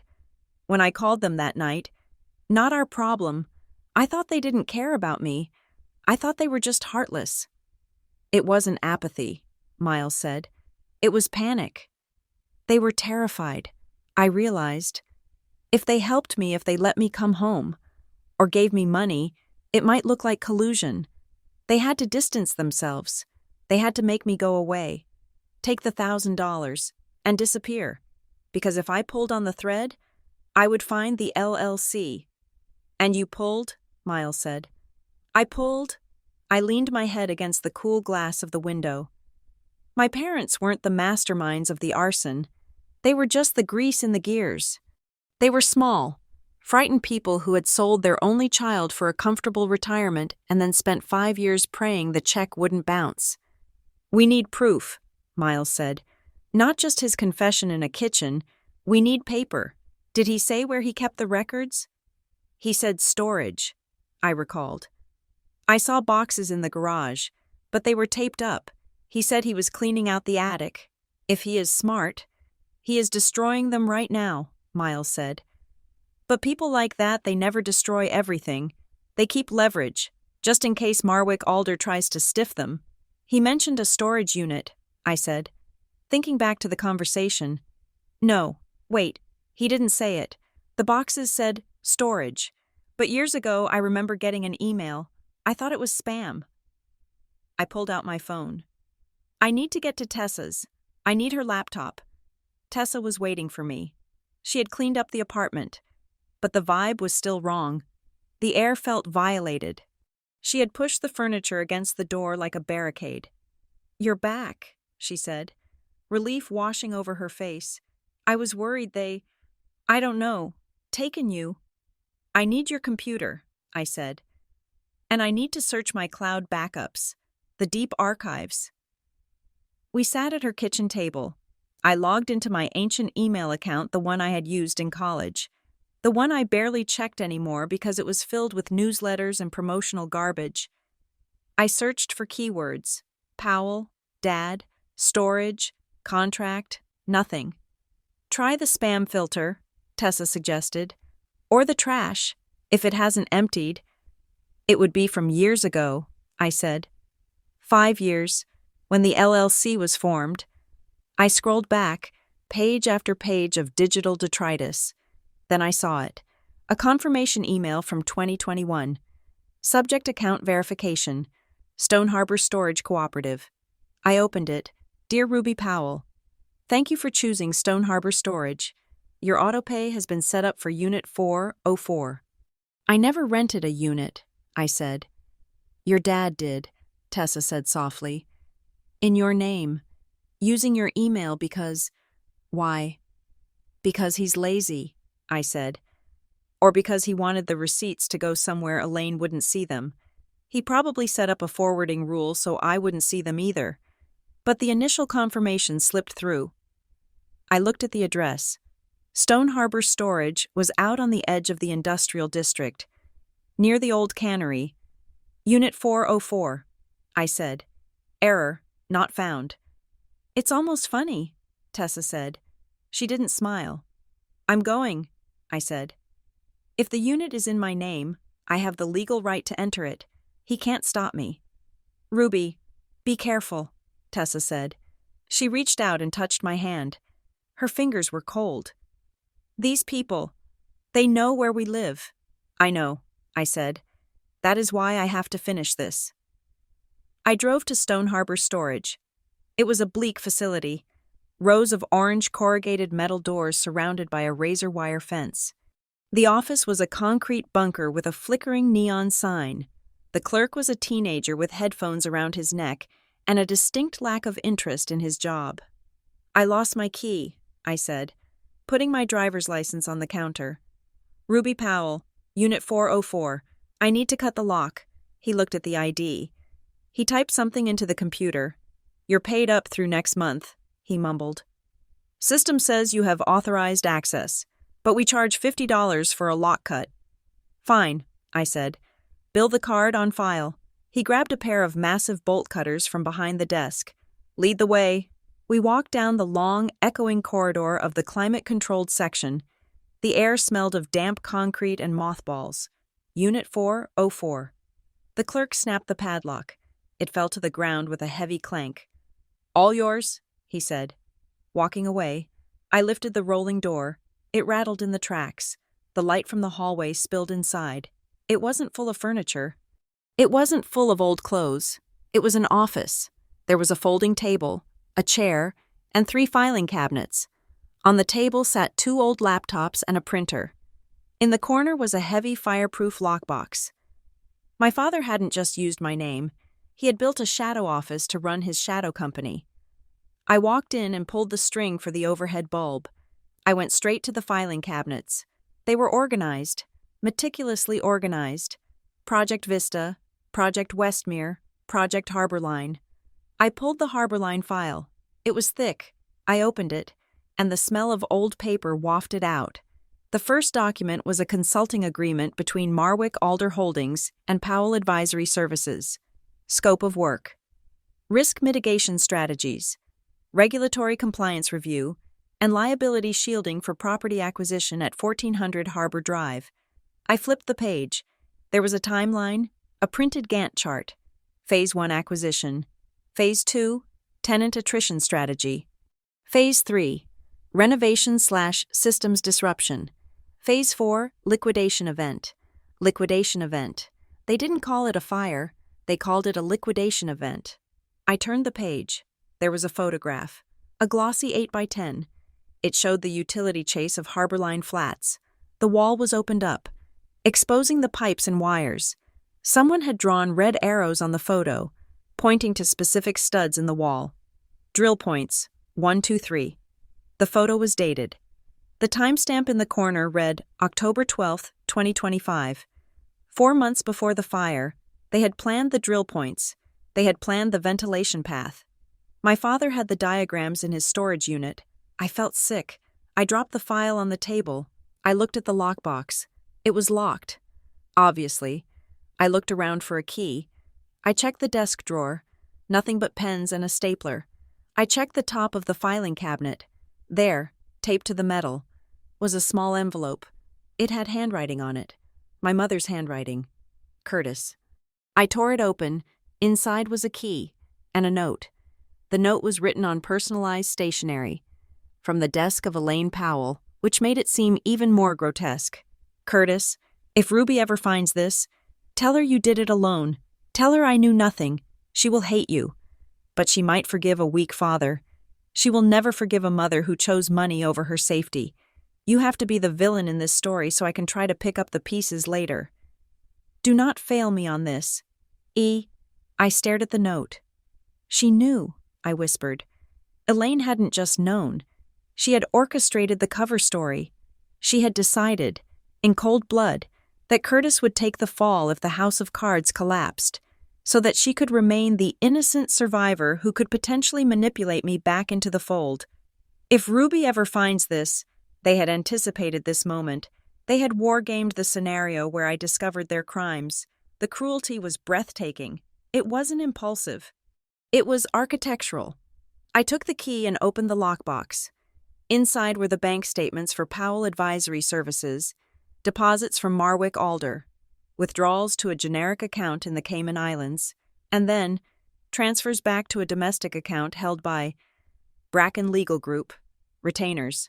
They were paying the lawyers who were threatening me. My company was paying the lawyers who were suing me. I took everything. I shoved the files, the laptop, the note, and the bank statements into a plastic bin I found in the corner. I dragged it out to my car. I didn't look back at the unit. I left the door open, let the world see. I met Miles in the parking lot of a 24-hour diner. I showed him the files. I showed him the photo of the drill points. This is it, Miles said. He was holding the photo with trembling hands. This is conspiracy to commit arson. This is premeditated. And look at this, I said, handing him the bank statements. Bracken Legal is on the payroll. Of course they are, Miles said. They aren't just the landlord's lawyers. They are the fixers. He reached into his bag. I have something too. The warrant came through for the access logs. I had a buddy in the county sheriff's office pull it before Marwick could scrub the server. He opened his laptop and turned the screen toward me. It was a spreadsheet, thousands of entries. Tenant 302, tenant 215, maintenance 1. Look at the night of the fire, Miles said. February 3rd, 2:14 in the morning. I looked, key ID vendor 04. Location service entrance, west wing, status authorized. Then, 10 minutes later, key ID vendor 04. Location unit 3D, renovated vacancy, status authorized. Vendor 4, I said. That matches the fobs I found in the dumpster, the ones they tried to throw away. Exactly, Miles said. Someone used the vendor 4 fob to enter the building, go to the vacant unit, and likely initiate the ignition sequence. Then they left. Who had the fob? The log shows the account was created 3 days prior, Miles said. By an administrator account, user G. Reynolds. Gary, I said. The property manager. Gary created a temp fob, Miles said. He gave it to someone. That someone burned the building. Then Gary tried to destroy the fobs. We have them, I said. We have the files. We have the fobs. We have the money trail. We go to the police, Miles said. Now, tonight, this isn't an insurance claim anymore. It is a felony investigation. We drove to the Briarhaven Police Department. It was a brutalist concrete block that looked like it was designed to crush hope. I carried the plastic bin. Miles carried the fobs in an evidence bag. The desk sergeant looked at us like we were gum on his shoe. I need to speak to a detective in major property crimes, I said. I have evidence regarding the Harbor Line fire. Detective Miller is on duty, the sergeant said. Take a seat. We waited for an hour. Finally, a man in a rumpled suit came out. He looked tired and smelled of stale tobacco. You the ones with the box? He asked. Detective Miller, Miles said. I'm Miles Ketter, private fire investigator. This is Ruby Powell. We have evidence of arson and fraud regarding the Harbor Line incident. Come on back, Miller said. We went into a small interrogation room. I put the bin on the table. I laid out the photo of the drill points. I laid out the bank statements. Miles laid out the fob log. Look, I said. They planned it. They drilled holes for ventilation. They created a fake vendor account. My father laundered the money through a shell company in my name. Miller looked at the documents. He didn't pick them up. He just glanced at them. This is a lot of paper, he said. It's proof, I said. It proves Marwick Alder burned down the building for insurance money. Miller leaned back in his chair. He rubbed his face. Ms. Powell, he said. Look, I know you're upset. Losing your home is tough. But what you're showing me? This is civil stuff. Contracts, bank records, consulting fees. That's for the lawyers to hash out. Arson is criminal, Miles said sharply. The access log shows an intruder right before the fire. Does the log show him lighting a match? Miller asked. Does it show him pouring gas? It shows intent, Miles said, combined with the drill points. Renovation plans, Miller shrugged. Maybe they were drilling for new pipes. Look, unless you have a video of a guy holding a flamethrower. I can't arrest a corporation based on a Gantt chart. I stared at him. He wasn't even pretending to take notes. Then I looked at his desk. It was cluttered with files. Right on top of a stack of manila folders was a sleek black presentation folder. Gold lettering on the front, Bracken Legal Group. It was sitting right there, in the police station, on the detective's desk. I felt a cold clarity wash over me. You aren't going to investigate, I said. I'm saying it's complicated, Miller said. We have an open file. The fire marshal ruled it undetermined. Until he changes that ruling, my hands are tied. Who sent you that folder? I asked. pointing to the Bracken legal file. Miller's eyes snapped to the folder. He reached out and covered it with a notepad. "That's unrelated casework," he said. His voice dropped an octave. "You need to leave now. Take your box. If you want to sue your landlord, hire an attorney, but don't come in here peddling conspiracies." "It's not a conspiracy if it's true," I said. "Out," Miller said. He stood up. He was big. He was threatening. I grabbed the bin. Miles grabbed my arm. "Let's go, Ruby," he said quietly. We walked out of the station. The night air felt clean compared to the rot inside. "He's bought," I said. "They are all bought. The police, the property manager, my parents." "Briarhaven is a company town," Miles said. "And Marwick Alder is the company." "So we can't win," I said. I felt the despair trying to grab me, trying to pull me down into the dark water.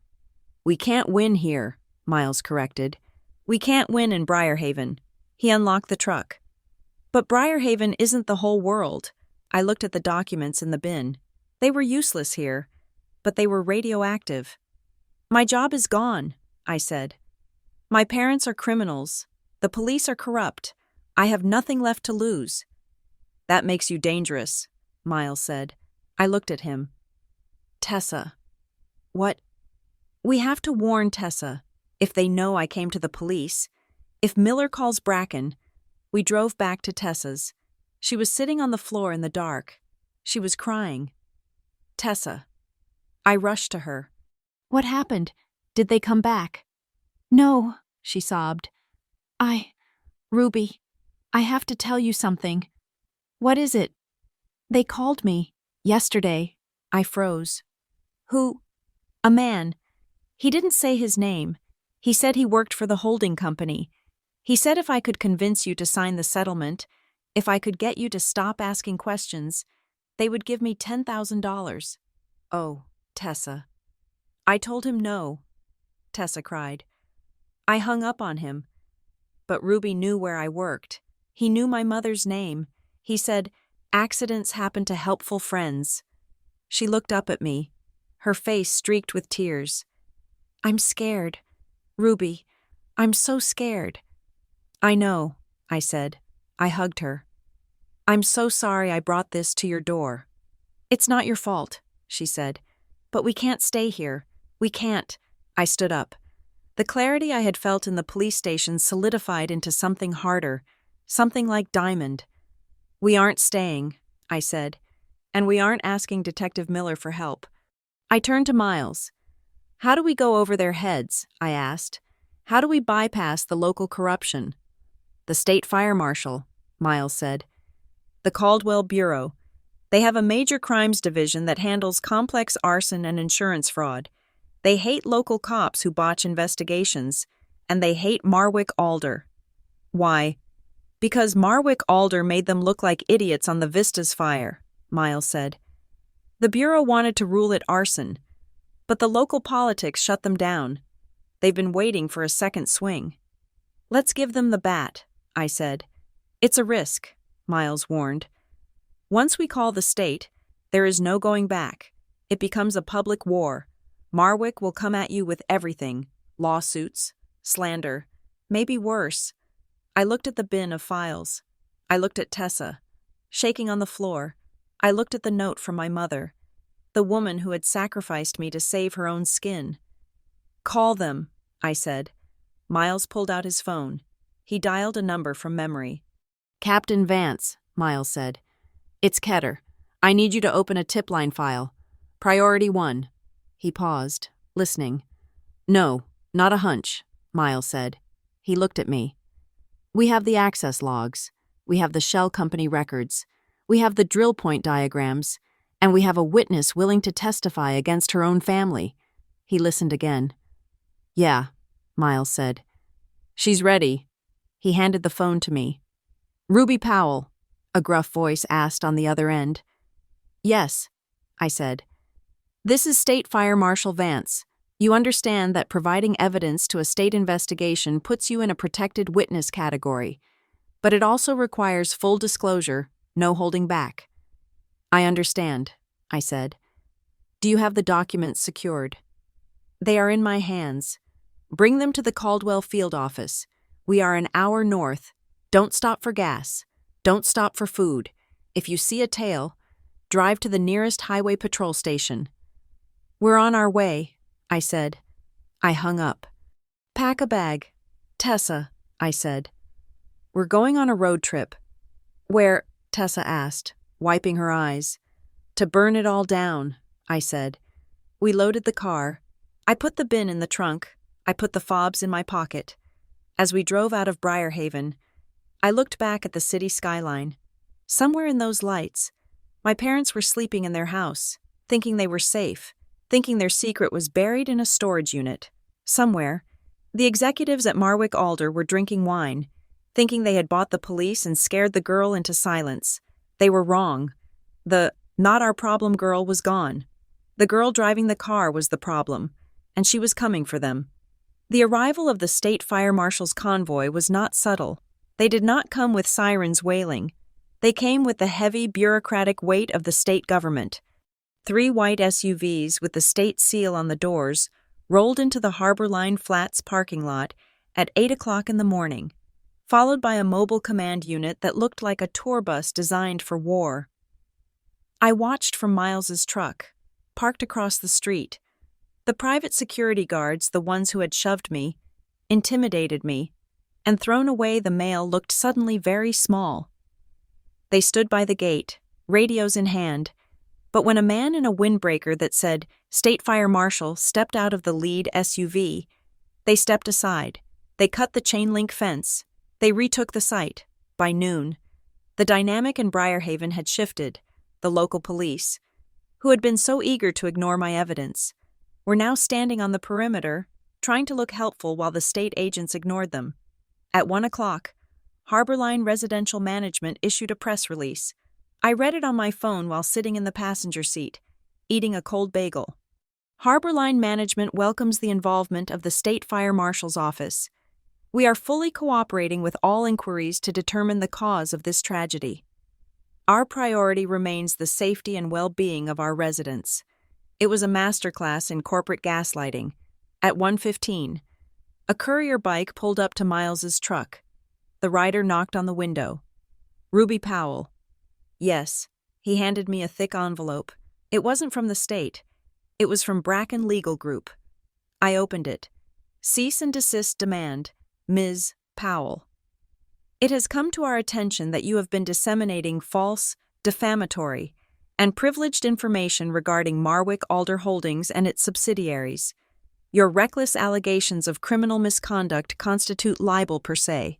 You are hereby ordered to cease all communication with third parties regarding the internal operations of Marwick Alder, Powell Advisory Services, and Gullrock Settlement Services. Failure to comply will result in immediate litigation seeking damages in excess of $5 million. I laughed. It was a dry, cracking sound. They are terrified, Miles said, glancing at the letter. They are threatening to sue me for $5 million, I said. I have $40 in my checking account. They don't want your money, Miles said. They want your silence. They know the state is here. They are trying to plug the leak before the dam breaks. The dam is already broken, I said. 2 days later, the summons came, not for a lawsuit, but for a deposition. Marwick Alder's lawyers had filed an emergency motion to preserve evidence related to the tenant class action suit, a suit I wasn't even part of yet. They subpoenaed me as a hostile witness. I walked into the conference room at a neutral law firm downtown. Miles wasn't allowed in. I was alone. Across the table sat 3 lawyers in suits that cost more than my parents' car. The lead attorney, a woman named Ms. Sterling, with hair like a silver helmet, didn't smile. Ms. Powell, she began, the court reporter typing rapidly in the corner. Let us discuss your current living situation. You are currently residing on a couch in a friend's apartment, correct? Yes, I said. Because my apartment burned down. And prior to that, you were in a budget motel. Yes. And you have been under the care of a physician for anxiety. I take medication. Yes. Have you been sleeping, Ms. Powell? Not much, Ms. Sterling leaned forward. So, you are sleep-deprived, medicated, homeless, and under extreme financial stress. Is it possible, Ms. Powell, that your investigation into this fire is a manifestation of trauma, a way to seek attention or a payout? No, I said. You have been seen digging through dumpsters, she said, sliding a photo across the table. It was a grainy shot of me on top of the trash bin. Does this look like the behavior of a stable insurance professional? It looks like the behavior of someone whose mail was being illegally destroyed, I said.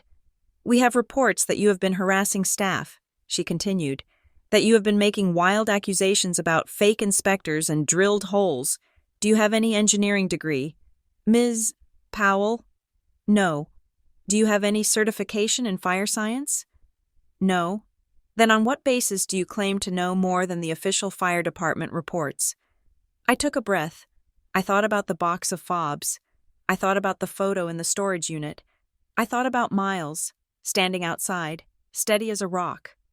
I don't claim to be an engineer, I said calmly. I claim to be a witness. I claim that on February 3rd, at 2:14 in the morning, a key fob registered to a vendor account entered the building. I claim that the vendor account was created by your client, and I claim that the electrical fault started in a chaseway that had been drilled open 4 months prior, according to documents signed by your client. Ms. Sterling froze. The scratching of her pen stopped. Strike that, she said to the court reporter. Non-responsive. It was very responsive, I said. You asked for the basis of my claims. That is the basis. We are done for today, Ms. Sterling said, snapping her folder shut. We will reschedule. They practically ran out of the room. I walked out to the lobby. Miles was waiting. How did it go? They tried to paint me as crazy, I said. I painted them as guilty. The state investigation moved fast, unlike the local police, who seemed intent on burying the lead. The Caldwell team treated the site like a crime scene, not a tragedy. Captain Vance called us to a temporary field office set up in a trailer near the harbor. We found the panel, Vance said, pointing to a blueprint on the table. What panel? Maz asked. The service panel for Unit 3D and the common areas. You were right about the unpermitted work. The breaker box had been swapped out 2 weeks before the fire, upgraded to a commercial load center. Why, I asked. To handle the draw, Vance said. But here's the kicker. The permit on file with the city. It was signed off by an inspector named J.R. O'Malley. He slid a piece of paper across the table. It was a copy of the permit. We ran J.R. O'Malley, Vance said. He doesn't exist. There is no inspector by that name in the state registry. The license number listed belongs to a deceased plumber from 1990. A ghost, Miles said. But we traced the IP address used to file the digital permit, Vance said. It came from a laptop registered to a company called Hearthstone Facility Solutions. The contractor, I said. The contractor filed the permit, signed it as a fake inspector, and approved their own work, Vance said. This proves fraud. It proves they were manipulating the building systems without oversight. Does it prove arson? I asked. It proves they created the conditions for the fire, Vance said cautiously. But we still need the spark. We need the person who walked in there and lit the fuse. That evening, my phone rang. It was my mother. Ruby, she said. Her voice wasn't the terrified whisper I had heard before. It was flat, resigned. What do you want? Elaine, I asked.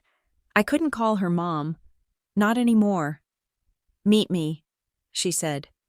Please, just me. Dad isn't coming. Where?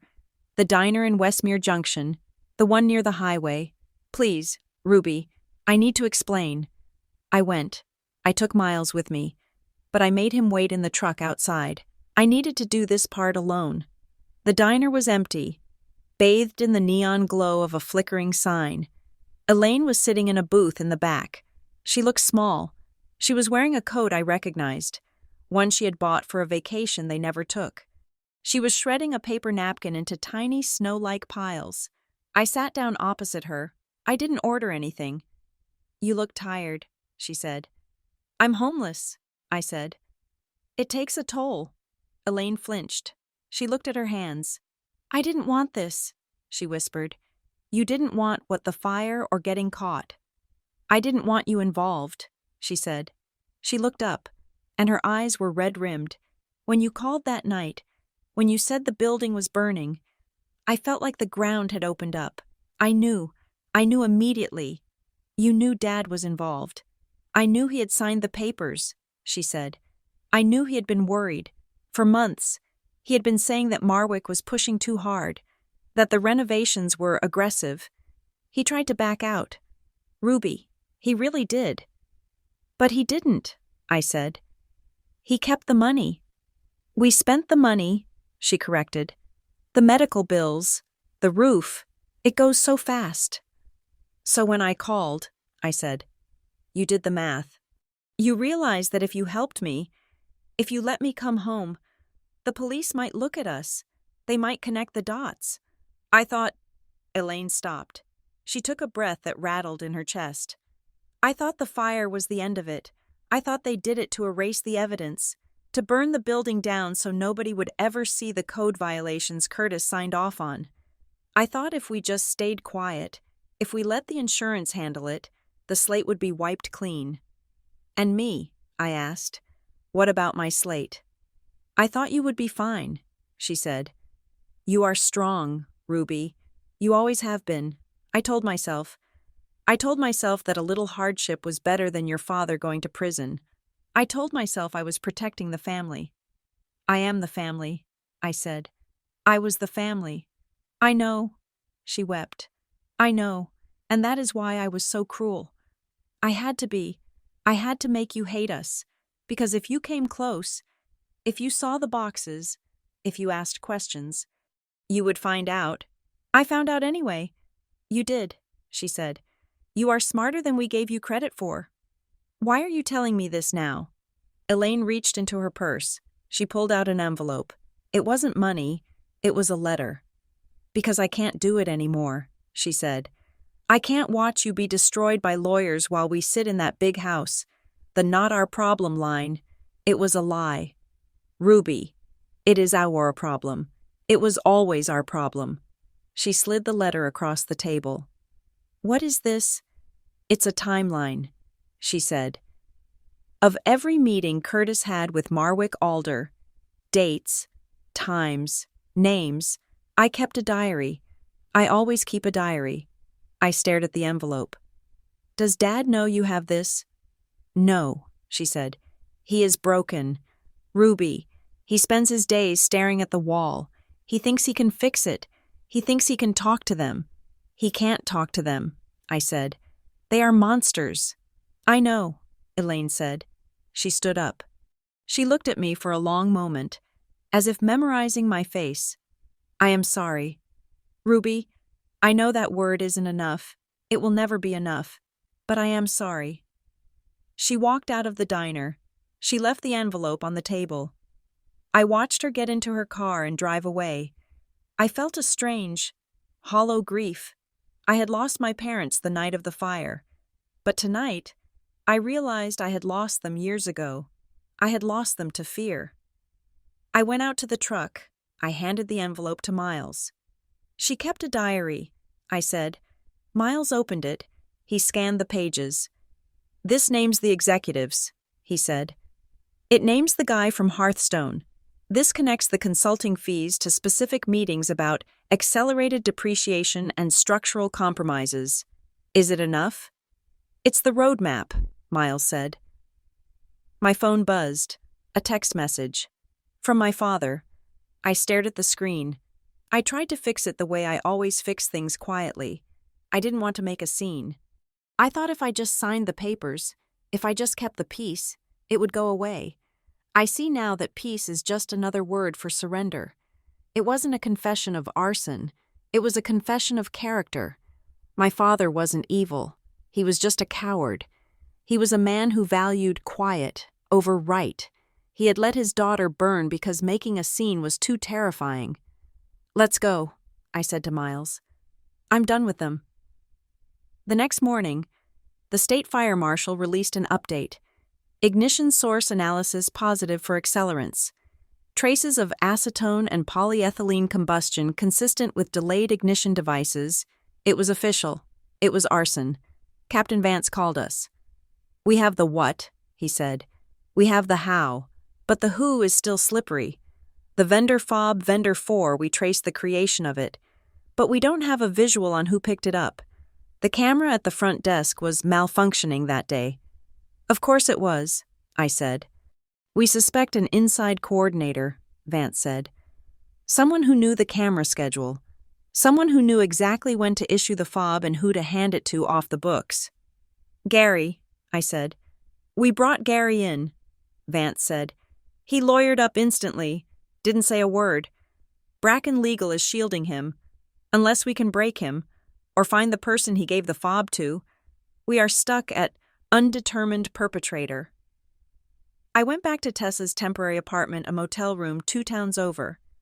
Because we were still hiding, at 4 o'clock, a courier arrived, another envelope, this one from Gull Rock Settlement Services. It wasn't a threat, it was an offer. Confidential settlement agreement, party A Ruby Powell, party B, Gull Rock Settlement Services / Marwick Alder Holdings. Payment amount, $500,000. I stared at the number. $500,000. Condition 1, immediate dismissal of all claims. Condition 2, surrender of all physical materials, including but not limited to hard drives, photographs, key fobs, and documents retrieved from Stone Harbor Storage Unit. 404. Condition 3, execution of this agreement within 6 hours of receipt. They knew I had been to the storage unit. They knew I had the documents. They knew I had the fobs. 6 hours. "They are panicked," Miles said, looking at the offer. $500,000 is make it go away money. It's we are about to be indicted money. If I sign this, I said, I get a new life, I get a house, I get safety. "And they get away with it," Miles said. "And they do it again next year, at the next building." "I know." I looked at the clock. 5 o'clock. Deadline was 11. I took out my phone. "What are you doing?" Miles asked. "I'm making insurance," I said. I set the phone up on the dresser. I hit record. "My name is Ruby Powell," I said to the camera. "Today is February 10th, 2026. If you are watching this, something has happened to me." I held up the settlement offer. I held up the fobs. I held up the photo of the drill points.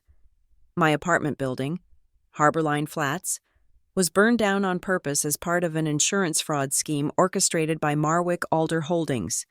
My father, Curtis Powell, was used to launder the consulting fees. The fire was set using accelerants placed in the walls during a fake renovation. I spoke for 10 minutes. I named names. I named Gary. I named the Hearthstone contractor. I named Bracken Legal. When I was done, I uploaded the video to a secure cloud server. I set a dead man's switch. If I didn't log in every 24 hours to reset the timer, the video would auto-email to the New York Times, the FBI, and the State Attorney General. Then I took the physical documents, the storage files, the diary, the fobs. I put them in a FedEx box. "Where is that going?" Miles asked. "Hollis and Rayner Legal Aid," I said. "In Chicago. They are a non-profit. They hate corporate fraud. I'm sending it to them with instructions to hold it in escrow." I drove to the FedEx depot near the airport. I paid for overnight shipping. I walked out of the store feeling lighter than I had in weeks. The evidence was gone. I couldn't give it to them even if I wanted to. I texted the number on the settlement offer. I decline. 10 minutes later, my phone rang. I didn't answer. I met Miles at the Harborline site. It was dusk. The burnt skeleton of the building looked like jagged teeth against the purple sky. The smell was still there, wet ash and ruin. Captain Vance was standing by the gate. "You declined the offer," Vance said. "I did. We have probable cause now," Vance said. With the diary your mother gave you, and the permit fraud, we have enough to raid the Marwick offices. We are executing the warrant tomorrow morning. Will that be enough? I asked. It gets us the files, Vance said. But juries like people. We need the person who can place intent. We need the person who can stand up in court and say, "They told me to do it," or, "I signed the paper because I was afraid." Miles looked at me. The wind blew his coat around him. "The last missing piece," Miles said softly, "is someone close enough to the decision-making chain to testify." He wasn't talking about Gary. He wasn't talking about the contractor. He was talking about my father. The diary proved Curtis was in the meetings. The diary proved he knew. If Curtis testified, if he turned state's evidence, he could bury Marwick Alder. He would go to jail. Yes, but he would take them with him. He has to do it, I said. He's a coward. Ruby, Miles said. You said it yourself. Maybe, I said. Or maybe he just needs one last push. I got in my car. I drove to Ashford Glen. The street was quiet. The houses were perfect. I pulled into the driveway. The garage door was open. My heart hammered against my ribs. I got out of the car. The garage was empty. The boxes, the ones labeled storage, were gone. The car was gone. I walked into the kitchen. Elaine was sitting at the table. The lights were off. She was sitting in the dark, her hands wrapped around a ceramic mug that looked cold. She didn't look up when I walked in. "Where is he?" I asked. Elaine stared at the mug. "He read the text," she said. Her voice was a ghost. "He read the text you sent him, the one about peace being surrender." "Where is he?" "Elaine." "He packed the car," she said. "He took the boxes. He took his laptop." She finally looked up at me. Her face was ravaged by tears, but her eyes were clear, strange. "He left an hour ago," she whispered. "He said he's going to make this right." "What does that mean?" I asked, panic rising. "Is he running? Is he going to the police?" "He didn't go to the police," Elaine said. "He said he was going to the source." "The source? He went to the Marwick Alder office," she said. "He said he was going to look them in the eye and tell them it's over." I froze. My father, the coward, the man who fixed things quietly. He was going to walk into the lion's den, alone, with the evidence in his trunk, to confront the people who had threatened to kill us. "He's going to get himself killed," I said. "I know," Elaine whispered. I turned and ran. Thank you so much for listening to Part 6 of Revenge Stories. This story is reaching its breaking point. Ruby has secured the evidence, but her father has gone rogue in a desperate bid for redemption. Will he survive the night? Or has he just walked into a trap?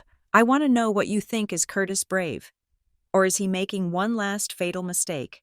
Let me know in the comments, and tell me where you are listening from. I love seeing listeners from all over the world.